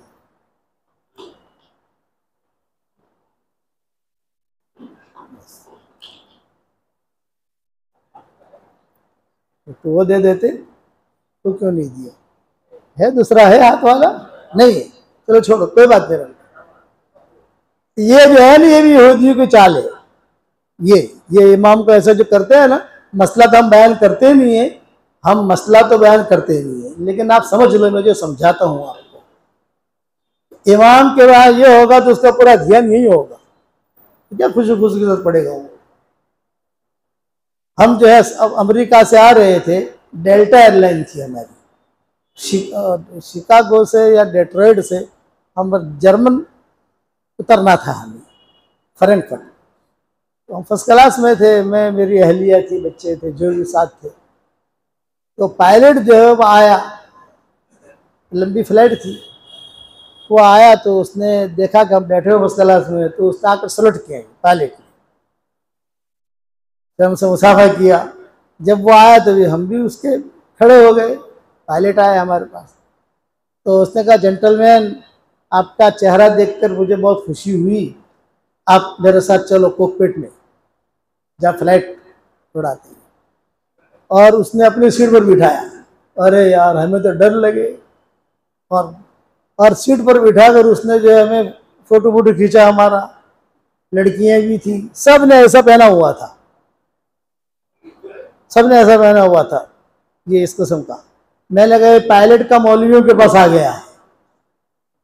तो खैर उसने तो जो बात हुई हो, तो वो फिर हमारी यूट्यूब पर भी फोटो आ गए, ये आ गया, वो आ गया। पर तुम्हारा चेहरा देखकर मुझे खुशी हुई कि ये अच्छा आदमी हमारे फ्लाइट में सफर कर रहा है। तो जो लड़कियां थी ना हवाई जहाज उड़ाने वाली, कुछ 5-6 लड़कियां थी, बड़ा फ्लाइट था वो, तो वो जो डेल्टा एयरलाइन थी, इतना तो याद है हमें, तो उसने, तो मैंने देखा कि सब ऐसा पहने हुए हैं सब।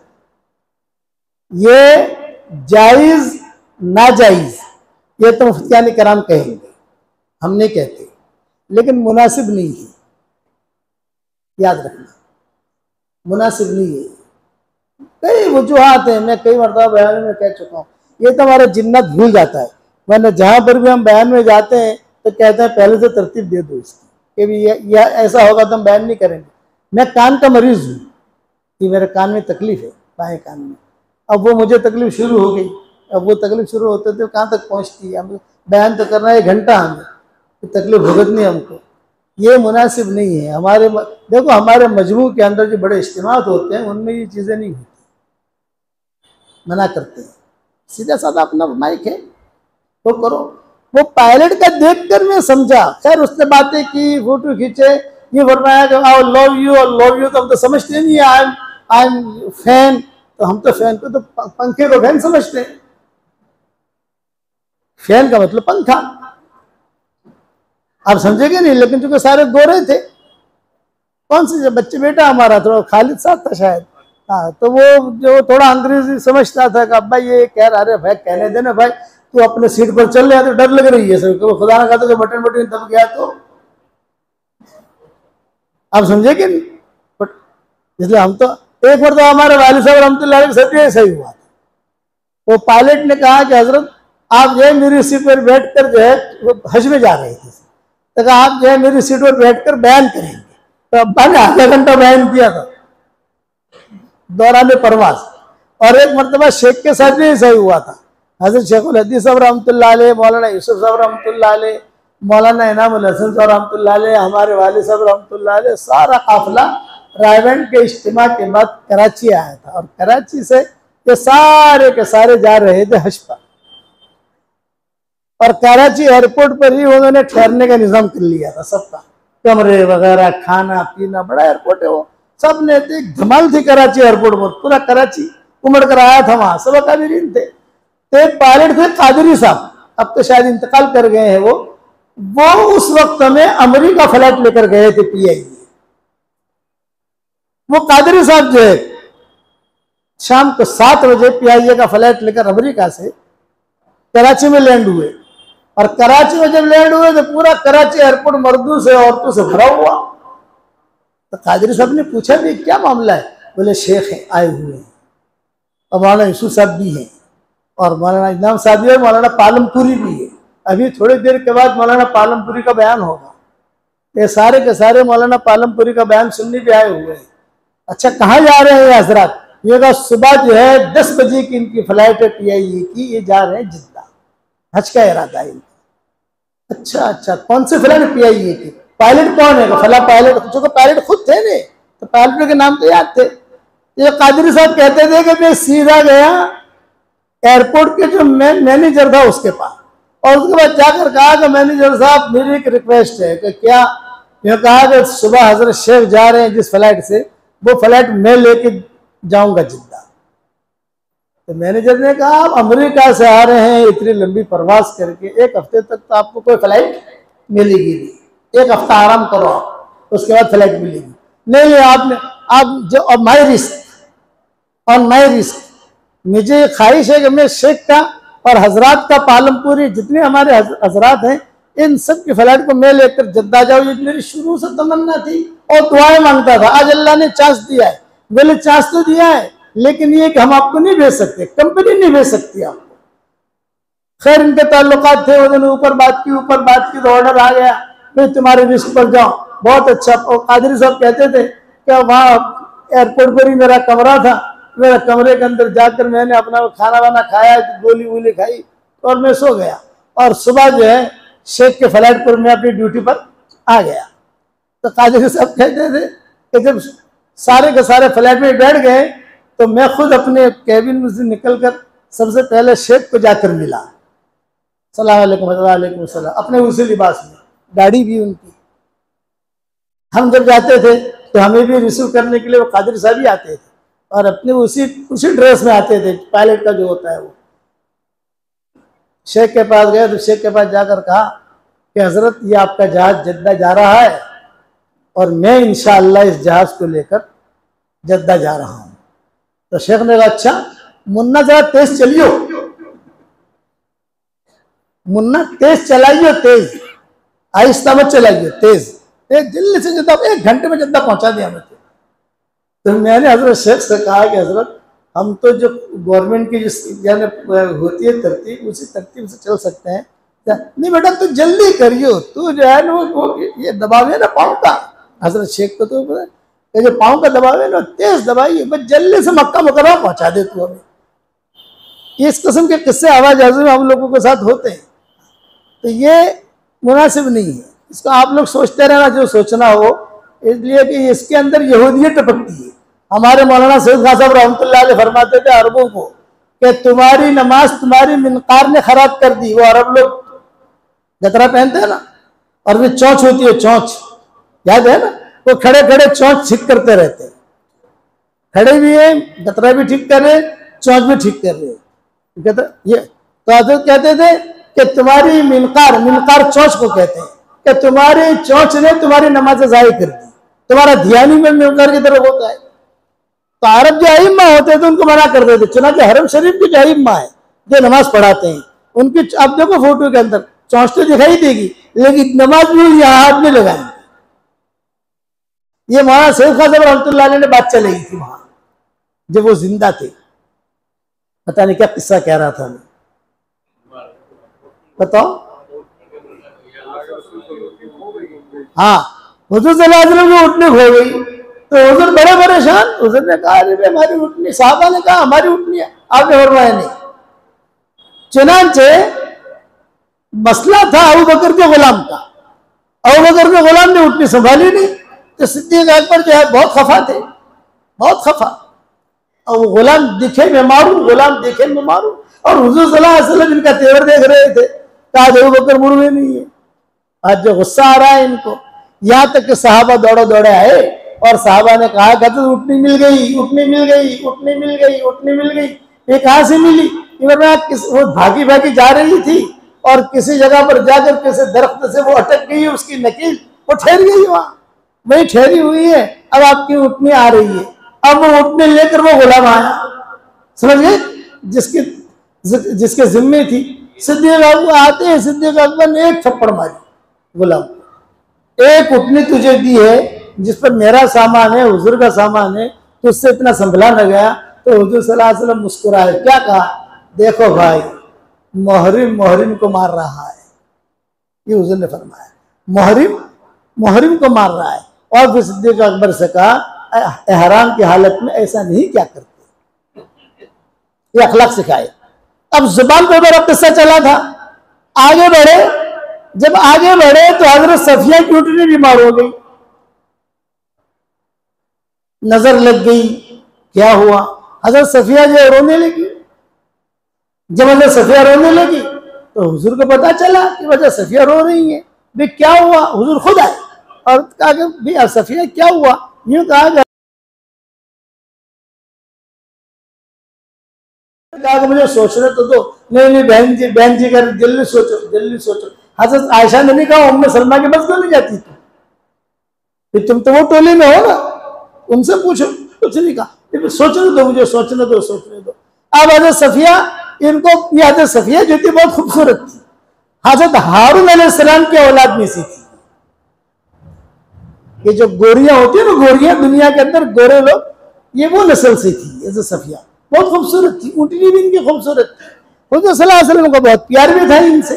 तो चुनांचे हजरत आयशा ने कहा मुझे सोचने तो दो, मिजाज में थोड़ी सी तेजी थी हजरत सफिया के। ये बहन जी सूरज गुरूब होने में 2 घंटे रह गए, जहां सूरज गुरूब होगा तो मुझे जाना पड़ेगा अंदर, तब मसला वही और मेरी वजह से ठहरे यहाँ।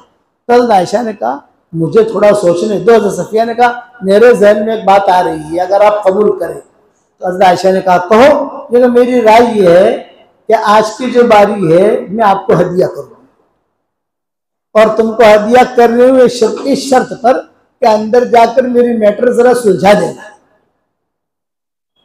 अरे समझ में आ रही नहीं आ रही ममरा वालों को? अंदर जाकर मेरी मैटर सुलझा देना, यानी हुजूर को खुश कर देना। हजरत आयशा ने कहा बहुत अच्छा, हज़रत आयशा से कहती थी मैं तो चांस ढूंढती थी कि कोई रात मुझे मिल जाए। अब हज़रत आयशा जो दाखिल हुई कपड़े वगैरह बदल कर, तो आपने फरमाया वेश, हमारी शरीयत में बीवी का प्यार वाला नाम रखना ये सुन्नत है, लेकिन धमाल वाला नहीं। हुजूर का हज़रत आयशा का नाम था आयशा, तो हुजूर प्यार में कहते थे उवेश, कभी प्यार में कहते थे आइश, कभी प्यार में कहते थे हुमैरा, कभी प्यार में कहते थे सिद्दीका, कभी प्यार में कहते थे अफीफा। नाम इनके ये नहीं थे, नाम था आयशा, लेकिन प्यार में कहते थे। जब हज़रत आयशा आई तो उस दिन हज्जतुल विदा के मौके के ऊपर, अरे उवेश, आज तुम्हारी बारी तो नहीं है, तुम कैसे आ गई? आज तो बारी सफिया की है, तुम कैसे आ गई? तो हज़रत आयशा ने कहा कि हजरत ये तो अल्लाह का फजल है, अल्लाह जिसे चाहे दे दे, मुझे सफिया ने इजाजत दी। हज़रत आयशा कहती थी हुजूर के इतने ऊंचे अखलाक थे कि मैं पूरी रात रही और एक तस्करा भी हुजूर ने हज़रत सफिया का नहीं किया। हालांकि कितना बड़ा हादसा हुआ है, सारा काफिला ठहर गया, हुजूर खुद ठहर गए, प्रोग्राम आगे पीछे हुआ। एक नबी का प्रोग्राम आगे पीछे होना बहुत बड़ी चीज है। एक बात भी हज़रत सफिया के खिलाफ हुजूर की जुबान से नहीं निकली, आज ऐसा हो गया, आज हमको तो खुदा न करते ऐसी बात हो तो 2 घंटे की तकरीर करते हैं, यूं था यूं था यूं था। एक जुमला माँ आयशा कहती थी, एक जुमला भी हुजूर की जुबान से नहीं निकला। बस पूरी रात गुजर गई। अब मकाम अब्बा का सफर है, तैयारी। तो आपकी आदत शरीफा थी कि आप सारी माओं को जमा कर लेते थे, पूछते थे भाई आगे का सफर है, किसी को कोई जरूरत हो, किसी को कोई काम हो, तो सब आ गए। जब सब आ गए तो सफिया भी आ गई। अब तो सफिया जो पीछे बैठी, क्यों पीछे बैठी? उनका वो ऊँटनी का किस्सा आपने बताया। सफिया पीछे क्यों बैठी हो? आगे आ जाओ, दिल लगी। सफिया आगे आ जाओ, आगे आ गई। हुजूर ने क्या माओं के दरमियान कहा कि भाई ये है कि भाई सफिया का ऊँट बीमार हो गया, खराब हो गया, पता नहीं नजर लग गई, इसलिए हमारी राय ये है कि कोई ऊँटनी उसको दे दे। और मेरे जहन में ये है कि ज़ैनब के पास ऊँटनियाँ बहुत हैं। हज़रत ज़ैनब हुज़ूर सल्लल्लाहु अलैहि वसल्लम की अहलिया मोहतरमा, ज़ैनब के पास ऊँटनियाँ बहुत हैं, एक ऊँटनी दे दे सफिया को, मक्का मुकर्रमा जाकर ऊँटनी वापस कर देंगे, वहाँ ऊँटनियाँ बहुत मिल जाएंगी। हज़रत ज़ैनब की जुबान से जब इतना जुमला निकल गया, वाह, मैं यहूदिया को क्यों दूं? समझ गए? ये यहूदी नस्ल से थी ना, हारून अलैहिस्सलाम की औलाद में से थी, तो यहूद वहीं से चले हैं ना। मूसा अलैहिस्सलाम, हारून, मैं यहूदिया को। बस माँ आयशा कहती थी कि सफिया से तो सारी मैटर हटी, अब ज़ैनब पर आ गई। अब इतनी बड़ी बात हज के सफर में हजरत ज़ैनब ने कह दी, हुजूर खामोश हो गए। एक जुमला भी हुजूर ने बोले नहीं, एक जुमला। हजरत ज़ैनब की बारी आती, हजरत ज़ैनब भी आती, हजरत आयशा की बारी आती, हजरत आयशा भी आती। फिर हजरत सफिया ने हजरत आयशा से चुपके से पूछा, बहन बहन कहती थी, अम्मी नहीं कहती थी, ये तो सारी उम्महातुल मोमिनीन है ना, बहन। क्योंकि हजरत आयशा ये कम उम्र की थी, हजरत फातिमा बड़ी, हजरत आयशा छोटी। ये ज़हन में रखना कि हजरत आयशा जो है बहुत कम उम्र की थी। तो उसने फरमाया कि बहन तो मेरे बारे में कोई बात, तू तो नाम ही मत ले अपना, खामोश रहना, सारी तेरी मैटर गई। अब ये सारा जो परनाला ज़ैनब पर आ गया है, ये सारा परनाला कहाँ आ गया? ज़ैनब पर। अब हजरत ज़ैनब आई हजरत आयशा के पास, यूँ फरमाया कि माँ मेरा ही मसला हल कर लो भाई, बहन जी मेरा मसला भी हल करो। हजरत आयशा ने क्या कहा? तेरा मसला हल करना है, खामोश रहना, सफाई मत करना, ये उसूल है, खामोश रहना। मैं आपको भी यही कहता हूं कि मसला आए खामोश रहना, जितना बोलोगे उतना उलझोगे, जितना बोलोगे उतना उलझोगे, तो खामोश रहेगी, ऑटोमेटिक ये मसला हल हो जाएगा। और अगर बोलेगी, फिर हज़रत आयशा ने कहा कि अल्लाह ताला ने कुरान शरीफ में मरियम से भी कहा था खामोश रहना, हज़रत मरियम से कहा था ना कि खामोश रहना। अरे बच्चा कहाँ से लाई तू, ये तेरी शादी तो हुई नहीं है, अल्लाह ने कहा खामोश रहना। ये तुम ममरा वाले जो, उनसे भी कहता हूं अपनी जुबान की हिफाजत को, मशवरे में दिल की सफाई के साथ बैठो। हज़रत ज़ैनब कहती थी कि ये किस्सा हुआ 25 ज़िक़अदा को, यानी हश्र करीब आ रहा है ना। 29 ज़िक़ादा 25 यानी तारीख तो मुझे पूरी याद नहीं। मक्का मुकर्रमा गए, वहां फिर मीना गए, मीना में जाकर सांप का किस्सा हुआ, अब्दुल्लाह इब्न मसूद का किस्सा हुआ, फिर अरफात गए, वहां उठने का किस्सा हुआ, दूध पीने का किस्सा हुआ। मैंने कहा ना कि हुजूर का हज्जतुल विदा अगर मुझे बयान करना हो तो 1 महीना आपके पास मुझे आना पड़ेगा 1 घंटा बयान करने के लिए, इतनी तफसील है इसमें। ये सारे किस्से हुए। हज़रत ज़ैनब कहते थे मैं खामोशी के साथ रही, अल्लाह का शुक्र ऐसा हुआ कि मेरी खामोशी में अल्लाह की मदद मैंने देखी कि हुजूर ऑटोमेटिक खुश हो गए और ऑटोमेटिक मेरे पास आ गए। हमेशा याद रखना अल्लाह ताला को खामोशी पसंद है, अल्लाह को खामोशी पसंद है। और मेरे वालिद की बात याद रखना, क्या जहन्नम में सबसे पहले मुशरिकीन नहीं जाएंगे, यहूद नसारा नहीं जाएंगे, मजूसी नहीं जाएंगे, वो दीन के काम करने वाले जाएंगे जिनकी नीयत में खोड़ता। अब्बा कहते थे कि तुम्हारे जरिए से अगर किसी को हिदायत मिल जाए ये तुम्हारे अच्छे होने की दलील नहीं है। मेरी वजह से अगर किसी को हिदायत मिले ये मेरे अच्छे होने की दलील नहीं है। मैं अच्छा हूं कि नहीं हूं वो अल्लाह बताएगा। फिर अब्बा कहते थे हिदायत तो जब कभी कभी शैतान भी अच्छा काम कर लेता है। अबू हुरैरा को आयतुल कुर्सी सिखाने वाला कौन था? शैतान था। अबू हुरैरा को आयतुल कुर्सी सिखाने वाला कौन था? तो शैतान था। शैतान ने सिखाई थी। हुजूर ने फरमाया कि कम बगत झूठा है, बात सही कह गया है, झूठा हो लेकिन बात सही कह गया। इसलिए 3 नसीहतें याद रखना। कितनी नसीहतें भाई? अपनी जुबान की हिफाजत, दूसरा अखलाक अच्छे और दिल पाक साफ, कल्ब सलीम, अल्लाह से मांगो। और आज मैं ममरा वालों को एक हदिया देना चाहता हूं, कबूल करोगे भाई? सलाहुद्दीन अय्यूबी ने बैतुल मक़दिस फतेह किया ना, तो उनकी माँ एक वजीफा करती थी 313 वाला। सलाहुद्दीन अय्यूबी, ये किस्सा लंबा है लेकिन पूरा कर लो, कहाँ सुनने मिलेगा तुमको ये किस्सा। नूरुद्दीन जंगी थे, मिस्र के बादशाह थे, बहुत अच्छे आदमी थे। शेख ने भी उनके तस्करा फजल अमल और फजल हज वगैरह में किया है। तो नूरुद्दीन जंगी एक दुआ मांगते थे कि अल्लाह मेरी ख्वाहिश ये है कि तूने मुझे बादशाह दी है, हुकूमत दी है, मैं बैतुल मुक़द्दस फतह करूं। ये उनकी अंदर की तमन्ना थी। तो उन्होंने सारी दुनिया से बड़े बड़े लोगों को बुलाया, हकीमों को, और कहा मुझे ऐसा खमीरा दो कि मैं कई दिनों तक जिंदा रहूं, दौड़ूं भागूं, मेहनत करूं, बैतुल मुक़द्दस फतह करूं। ये उनकी तमन्ना थी। खैर हकीमों ने खमीरे दिए, खमीरे दिए तो 15 साल के नौजवान हो गए। 15 साल के नौजवान हो गए तो बीवी की जरूरत पड़ी। इन्होंने शादियां करनी शुरू कर दी नूरुद्दीन जंगी ने। तो बीवी वाला मजा तो मिल गया इनको, लेकिन कमजोर होने शुरू हुए। वो खमीरे ऐसे थे कि उनका पाखाना बंद हो गया, जिसको कहते हैं कि भाई यानी एक जगह ठीक हो गई तो दूसरी जगह गड़बड़ हुई। तो नूरुद्दीन जंगी का मौत का वक्त आया। मौत का वक्त जब आया तो ये सलाहुद्दीन अय्यूबी करीब बैठे हुए थे, खास आदमी। और सलाहुद्दीन अय्यूबी से कहा कि भाई मेरा तो इरादा था बैतुल मुक़द्दस फतह करने का, अब तो मैं जा रहा हूं, मेरी तमन्ना तो पूरी हुई नहीं, क्या होगा? तो सलाहुद्दीन अय्यूबी ने कहा फिक्र न करो, आपको दफनाने के बाद मैं इसकी जिम्मेदारी लेता हूं। ये सलाहुद्दीन अय्यूबी ने कहा। सलाहुद्दीन अय्यूबी जो थे ये इनके वालिद का किस्सा हुआ था। इनके वालिद रुआसा में से थे, शहजादे। ये शादी नहीं करते थे सलाहुद्दीन अय्यूबी के वालिद।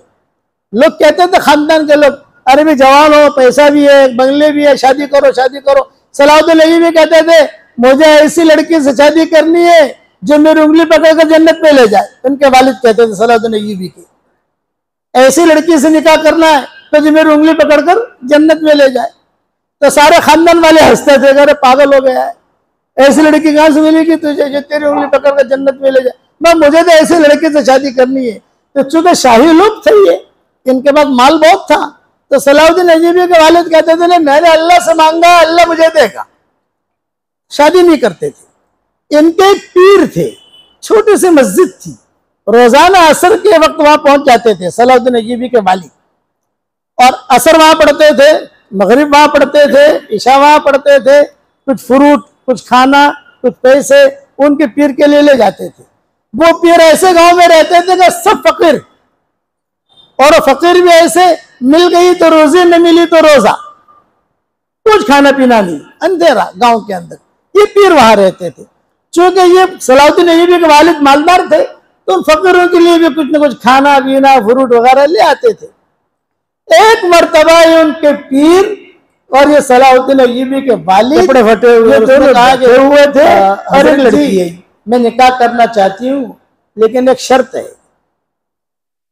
जो बताओ क्या शर्त है? ऐसा शौहर मुझे चाहिए जो मेरी उंगली पकड़ के मुझे जन्नत में ले जाए। समझ गया? ममरा वाले सब बालिग से होशियार है।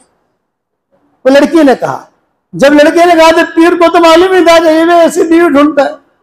तो पीर ने कहा, अरे ये जो है ना, ये सलाहुद्दीन अय्यूबी तो बातें पैदा हुए, ये जो बैठा है ना शहजादा, ये भी ऐसी लड़की ढूंढता है और तू भी ऐसे शौहर ढूंढते, चल निकाह कर लो। तो दोनों का निकाह करा दिया। फिर निकाह हो गया। उससे सलाहुद्दीन अय्यूबी पैदा हुई। माँ दीनदार थी, बाप का जो बाप भी दीनदार थे।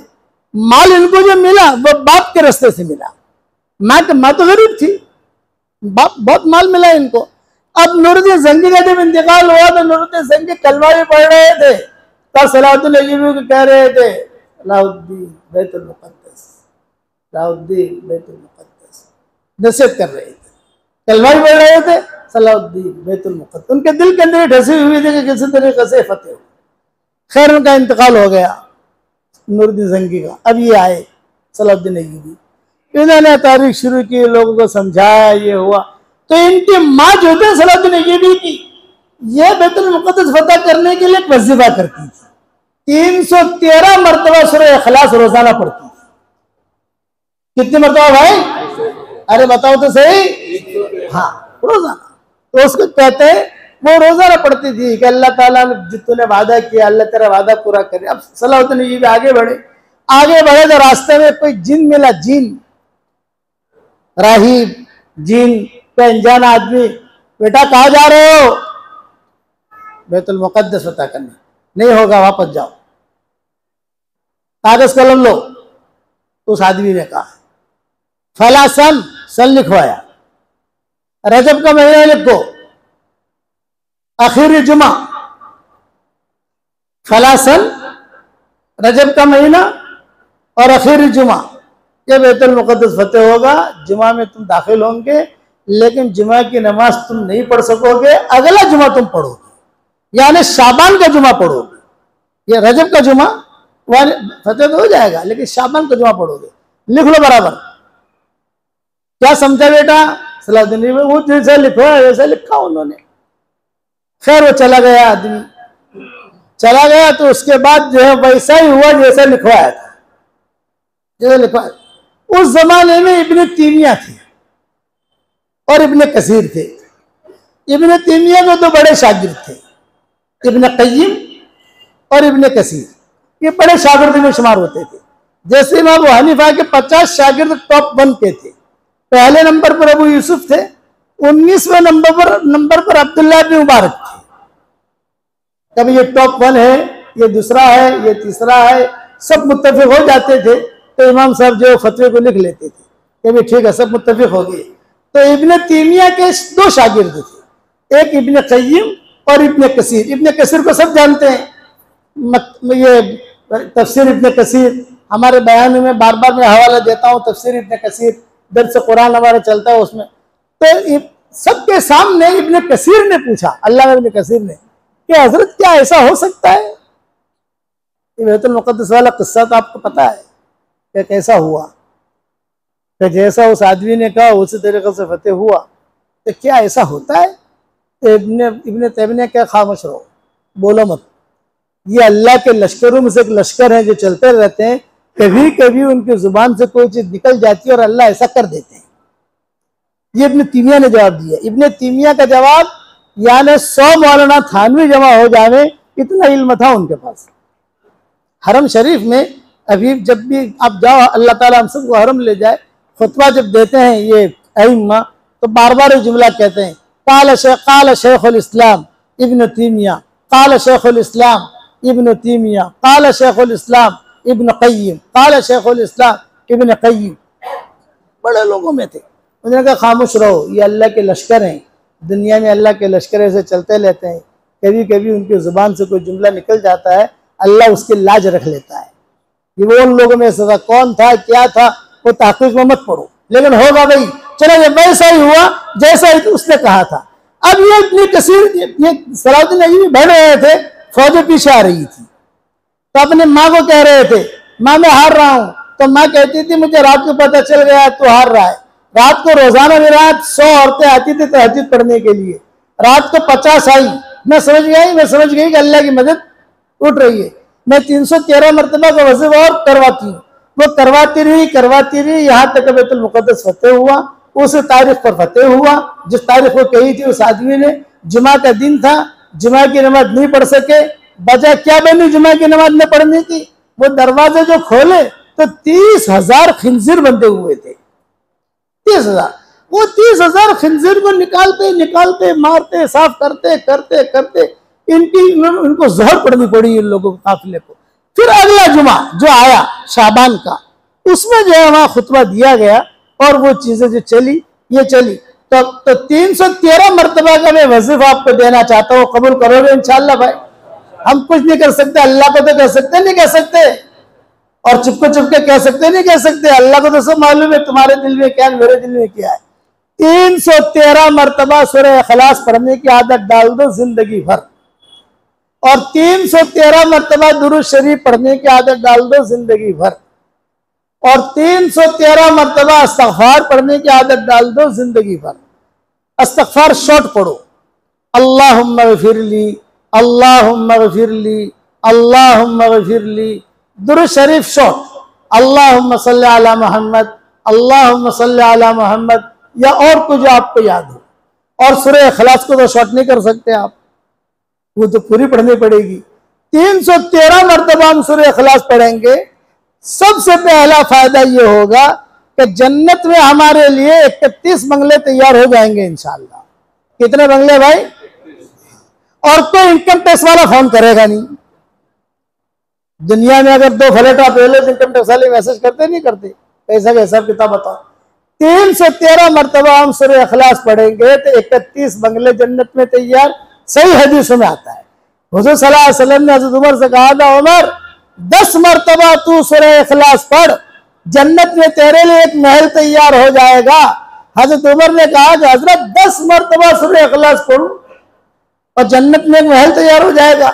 हज़रत बहुत सस्ता सौदा है, मैं तो बहुत बनाऊंगा। आपने फरमाया जितनी ताकत तो बना, तो बनाते थकेगा, अल्लाह देते देते नहीं थकेगा। तो 313 मरतबा अगर पढ़ो, 313 मरतबा क्यों पढ़वा रहा हूँ बताओ भाई? ये बदरीन की तादाद है, इस तादाद में भी करंट है, इसमें भी करंट है, ये समझना। अक्लमंद के लिए इशारा काफी है, इसमें भी अल्लाह ने करंट रखा है, इसीलिए वहां भेजा था उनको।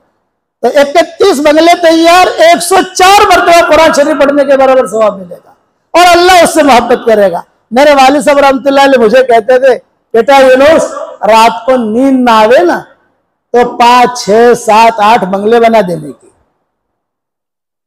समझे नहीं समझे?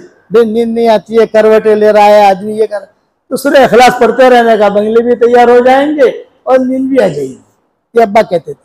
अब्बा कहते थे कहीं पर भी बयान के लिए मैं जाता हूँ तो मैं किसी से बात नहीं करता, तो चलते चलते बंगले पे बनाते पहुंचता हूँ और वहां पहुंचकर जो है सलाम करके बैठ जाता हूँ, तो अल्लाह ताला मेरी बात में असर डालता है। ये आपको भी मेरी तरफ से हदिया है, करोगे इंशाअल्लाह? मैंने जब से बयान करना शुरू किया तो हमारी शिकागो की एक डॉक्टर नहीं है, उसका मुझे फोन आया कि हजरत जब से आपने मुझे ये बयान में सुना होगा यूट्यूब पर वगैरह, मैंने पढ़ना शुरू किया 10 लाख मरतबा मैंने पढ़ा।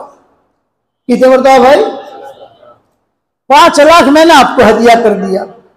मैंने कहा जज़ाकल्लाह भाई, ऐसे हदिये की हमें जरूरत है। 5 लाख मैंने मेरे लिए रखा। मैंने कहा बहुत मुबारक।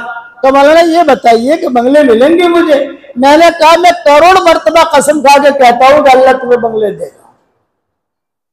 हदीस सही है मुस्नद अहमद की। तो उसने कहा मौलाना ठीक है, बंगले तो मेरे पक्के हो गए, लेकिन इतने ज्यादा बंगले करेंगे क्या? ये भी तक सवाल है ना कि इतने ज्यादा बंगले करेंगे क्या? तो मैंने उनसे कहा कि बेटा जन्नत में जब जाएंगे तो मशवरा कर लेंगे, जन्नत में जब जाएंगे तो मशवरा कर लेंगे क्या करना है, मिलेंगे सही। और मैंने कहा आपको मेंटेन भी नहीं करना, कोई संभालना भी नहीं है, वो फरिश्ते ही मेंटेन करके। बोला ना इलेक्ट्रिक बिल तो नहीं आएगा। मैंने कहा कुछ नहीं आएगा, कोई टेंशन नहीं, खाली तुम्हारे बंगले। अब्बा कहते थे कि जन्नत में बेटा बंगले बनाएगा, हशर के मैदान में अगर खुदा ना खाता कुछ गड़बड़ी हुई तो अल्लाह को कह सकते हैं अल्लाह पाक मेरी प्रॉपर्टी तो यहाँ पर है। समझ गए ना? ममरा में बहुत प्रॉपर्टी बना ली, अब जन्नत की प्रॉपर्टी बनाओगे इंशाअल्लाह। इसलिए और अच्छा इसकी हदीस भी बहुत है। एक हदीस की अगर बात खत्म करूं, मुआविया इब्न मुआविया लैसी अंसारी एक सहाबी है, ये तबूक में जा नहीं सके, बीमार थे, बीमारी लग गई थी उनको। जब सहाबा और हुजूर सल्लल्लाहु अलैहि वसल्लम तबूक पहुंचे तो मुआविया इब्न मुआविया लैसी अंसारी मदीना में थे, बीमार हो गए, मौत का वक्त करीब आया, बल्कि इंतकाल भी हो गया। वहां हजरत जिब्रील तबूक आए और हुजूर से कहा कि हजरत वो मुआविया इब्न मुआविया लैसी अंसारी, इनका इंतकाल मदीना में हो गया है, हम क्या करें? उनको उनकी जनाजे की नमाज मदीना में पढ़े या उनकी लाश लेकर यहाँ आए, क्या करें? आपने फरमाया नहीं नहीं, उनको गुस्ल दे दो। फरिश्ते ने उन्हें गुस्ल दिया और वो लाश लेकर तबूक आए। 700 किलोमीटर का फासला है मदीना मुनव्वरा से तबूक। हमारे सफर वहां होते रहते हैं, जब जाते हैं तो प्रोग्राम होते रहते हैं वहां। तो वहां जब वो अब 700 किलोमीटर सारे फरिश्ते लेकर आए उनको, हुजूर ने जनाजे की नमाज पढ़ी। फिर जिब्रील ने पूछा कि तबूक में दफन कर दे या बकरी में ले जाए? आपने बोला नहीं नहीं, इन्हें बकरी में ले जाओ, वहां दफन करो। साहब वो फरिश्ते ले गए, वहां दफन किया। हुजूर सल्लल्लाहु अलैहि वसल्लम ने हजरत जिब्रील से पूछा इतना एजाज क्यों मिला? कि आदमी मरता है वहां दफन हो जाता है, इसको इतना एजाज क्यों मिला? हजरत जिब्रील ने आहिस्ता से कहा कि हजरत इसको कोई पहचानता नहीं था, ये सूरह इखलास उठते बैठते बहुत पढ़ता था,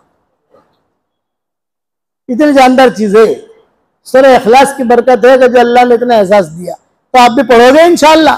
313 से भी ज्यादा हो जावे तो हर्ज नहीं है, 313 से कम नहीं होना चाहिए और एक साथ पढ़ना नहीं है। मोटरसाइकिल चलाते चलाते पढ़ लिया, माए बहने के रोटियां बनाते बनाते पढ़ लिया, चाय बनाते बनाते पढ़ लिया, और जो कब्र अपने मस्जिद में आते आते पढ़ लिया। मैं जो है हमारे घर से मेहंदी वाली मस्जिद में पैदल जाता हूँ, अपना बंगले बनाते बनाते जाता हूँ, अल्हम्दुलिल्लाह। अब्बा भी फरमाते थे मैं ही बंगले बनाता। सही हदीस है, इसलिए आप लोग पढ़ोगे इंशाअल्लाह। दूसरा ये कि कई लड़कियों की शादियां भी होगी। अबू ज़र गिफारी बैठे हुए हुजूर के पास, और अबू ज़र गिफारी जब बैठे हुए तो हुजूर हज़रत जिब्रील आए, अहादा अबा दर या रसूल अल्लाह, अल्लाह के रसूल क्या ये अबू ज़र है? आपने फरमाया नाम, ये अबू ज़र है।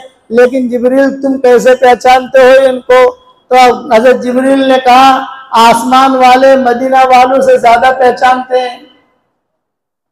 वे कैसे? इनके अंदर दो आदतें हैं। एक आदत है कि इनके अखलाक अच्छे हैं, दूसरी आदत यह है सूरह इखलास बहुत पढ़ते हैं।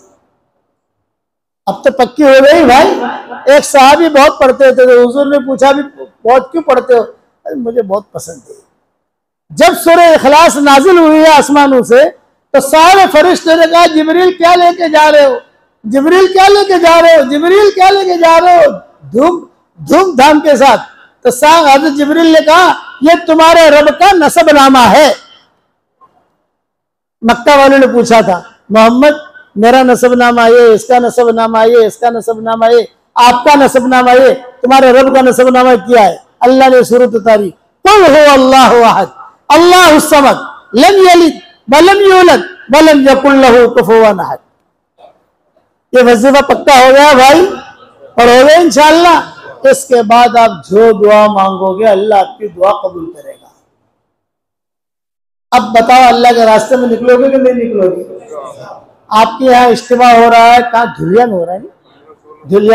धुलिया में हमारे यहाँ इज्तिमा हो रहा है। सारे माशाअल्लाह हजरात आ रहे हैं, वहां से हमें जमातों की जरूरत है। अब बताओ कौन कौन निकलेगा वहां से, कितनी जमातें दोगे, कितने अफराद निकलेंगे, ये बताओ। 313 313 313 समझ गए? हाँ बस आप अगर 313 लिखोगे, फिर 313 लिखोगे, फिर 313 लिखोगे, इतना भी लिख कर अपने पास रखोगे तो करंट आएगा। ऐसे जबरदस्ती दे रहा हूं आपको मैं। और दूसरे इखलास पढ़ोगे तो और करंट, पक्की बात है। बंगले बहुत मिलेंगे इंशाअल्लाह, बंगले बनाओगे इंशाअल्लाह भाई। अल्लाहुम्मा लकल हम्दु कुल्लुहु व लकल मन्नु कुल्लुहु लकल शुक्रु कुल्लुहु व लकल मुल्कु कुल्लुहु व लकल खल्कु कुल्लुहु लकल फद्लु कुल्लुहु व इलैका युरजउल अम्रु कुल्लुहु व इलैका यसअदुल कलिमुत तय्यिबु कुल्लुहु। अल्लाहुम्मा लकल हम्दु बिल इस्लाम, लकल हम्दु बिल ईमान, लकल हम्दु बिल कुरान, लकल हम्दु हत्ता तरदा, लकल हम्दु इज़ा रदीता, लकल हम्दु बअदर रिदा। अल्लाहुम्मा आति नुफूसना तक़वाहा व ज़क्किहा अंत खैरु मन ज़क्काहा अंत वलियुहा व मौलाहा। अल्लाहुम्मा ला तरुद्दना खाइबीन बल रुद्दना इला दीनिना रद्दन जमीला। अल्लाहुम्मा ला तजअल फीना वला मिन्ना वला माना शक़िय्यन वला महरूमन वला मतरूदा या ज़ल जलाली वल इकराम। ए अल्लाह हमारे गुनाहों को माफ फरमा, ए अल्लाह हमारी खताओं से दरगुजर फरमा, ए अल्लाह पूरे ममरा वालों को कबूल फरमा, ए अल्लाह इनके औरतों को कबूल फरमा, इनके बच्चों को कबूल फरमा, इनके बेटे बेटियों को कबूल फरमा, इनके छोटे बड़ों को कबूल फरमा, इनके कारोबारों में बरकत का मामला फरमा, इनके जमीनों में बरकत का मामला फरमा। ए अल्लाह जो बीमार हो उनको शिफा अता फरमा, जिनके लड़के और लड़कियां शादी के लायक हो, गैर शादीशुदा हो, बेहतरीन जोड़ों का इंतजाम फरमा। जो भी औलाद हो नेक साले औलाद उन्हें नसीब फरमा। जिनके औलाद तो है मगर नाफरमान है, उनके नाफरमान औलाद को फरमा बरदार बना दे। ए खूबसूरत पर्दे वाले, ए खूबसूरत चादर वाले, हमारे ऐबों पर पर्दे डाल दे। हमें मुस्तफ़ीन अख़यार में शामिल फरमा, हमें उलुल अलबाब में शामिल फरमा, हमें उलुल नुहा में शामिल फरमा। ए अल्लाह अचानक का खैर हमें नसीब फरमा, अचानक के शर से तो हमारी हिफाजत फरमा। ए अल्लाह मेरी तश्कील पर जो रोजाना 313 मरतबा सूरह इखलास पढ़े और 313 मरतबा दुरूद शरीफ पढ़े और 313 मरतबा इस्तग़फ़ार पढ़े, ए अल्लाह उसकी सारी दुआओं को कबूल फरमा, उसकी परेशानियों को दूर फरमा, उसकी सारी हाजात के गैर से तकफ़ुल फरमा। जिस करम से आपने हमें यहाँ ममरा की मस्जिद में जमा किया है, तेरे उस करम से जन्नतुल फिरदौस में, तेरे नबी के पड़ोस में, हमारी क़यामत तक के आने वाली नस्लों के साथ तो हम सबको जमा फरमा दे। हमारा खोया हुआ दीन वापस दे दे, हमारा खोया हुआ कुरान वापस दे दे, हमारी खोई हुई इज्जतें वापस दे दे, खोया हुआ दावत का काम वापस दे दे। हमारे दिलों में तेरी मोहब्बत का नूर दाखिल फरमा दे, तेरी मोहब्बत का नूर दाखिल फरमा दे। हमारे इस मजमे को कबूल फरमा, ए अल्लाह यहाँ बयान करने को कबूल फरमा। पूरे ममरा के एक एक बच्चे को कबूल फरमा, एक एक ईट को कबूल फरमा। और अल्लाह रसूलुल्लाह सल्लल्लाहु अलैहि वसल्लम ने जितने खैर के लान की दुआएं मांगी हैं वो सारी हम सब के लिए मुकद्दर फरमा। और जिन शुरूर से पना चाहिए हो उन शुरूर से तो हमारी हिफाजत फरमा। ए अल्लाह इस मजलिस के जो फरिश्ते हैं ये आमीन कह रहे हैं, ए अल्लाह इनके आमीन के कहने को कबूल फरमा ले। ए इस मजलिस के फरिश्तों, हमारा रब हमसे रूठा हुआ है, हमारे रूठे हुए रब को हमसे मनवा दो। ए अल्लाह तू इस उम्मत से कब तक रूठा रहेगा, इस उम्मत से कब तक रूठा रहेगा। बच्चे शहीद हो रहे हैं, औरतें बेवाएं हो रही है, जवान शहीद हो रहे हैं। ए अल्लाह अपने गजब के दरवाजों को बंद फरमा। ए अल्लाह जितने भी चौधरी इस उम्मत को परेशान कर रहे हैं, कारून को फिरौन से टकरा दे, फिरौन को हामान से टकरा दे, हामान को अबू जहल से टकरा दे, अबू जहल को अबू लहब से टकरा दे, और फिरौन को कारून से टकरा दे, शद्दाद को नमरूद से टकरा दे और उनको तो हलाक फरमा। ए अल्लाह अल्लाहुम्मा अंसुर दीनक व किताबक, अल्लाहुम्मा अंसुर दीनक व किताबक, अल्लाहुम्मा अंसुर दीनक व किताबक। ए अल्लाह माए बहनें बेटियां बहुएं ये भी जमा हुई हैं, इनकी जायज मुरादों को भी पूरी फरमा। हमारे भाइयों के जायज मुरादों को भी पूरी फरमा। हमें खाली हाथ वापस न लौटा। तेरे दरबार में कोई आए खाली हाथ वापस चला जाए, ये तेरी शान के खिलाफ है, ये तेरे उलूम मर्तबे के खिलाफ है, ये तेरी बुलंदी के खिलाफ है। ए खूबसूरत पर्दे वाले, ए खूबसूरत चादर वाले, हमारे ऐबों पर पर्दे डाल दे। ए अल्लाह, हमारे ऐबों पर पर्दे डाल दे। हमें महरूम न फरमा, हमें कुरान का खातिम बना दे, हमें हदीस का खातिम बना दे, हमारी आंखों को नूरानी बना दे। जो नाजायज इश्क में मुब्तला हो उन्हें नाजायज इश्क से नजात दे दे।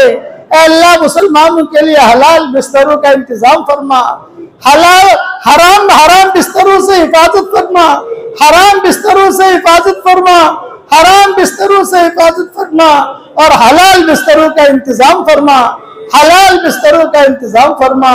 ए अल्लाह, जिसके दिल में जायज मुराद हो आफियत से उनके जायज मुरादों को पूरी फरमा कर उसमें खैर की शक्लें और सूरतें पैदा फरमा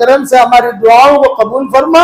हमें मांगना नहीं आता मगर तुझे देना तो आता है। अपने करम से तो अता फरमा दे, अपने करम से हमें अता फरमा, अपने फजल से अता फरमा। ए अल्लाह, जो मांगा वो अता फरमा, मांगने से रह गया वो अता फरमा। सुबहान रब्बिना रब्बिल इज्जति अम्मा यसिफून व सलामुन अलल मुरसलीन वल्हम्दुलिल्लाहि रब्बिल आलमीन। मैं देखो, मैं सलाम करता हूँ, सलाम का जवाब दे दे। मुसाफा करना मेरे बस में नहीं है। अस्सलामु अलैकुम व रहमतुल्लाहि व बरकातुहू।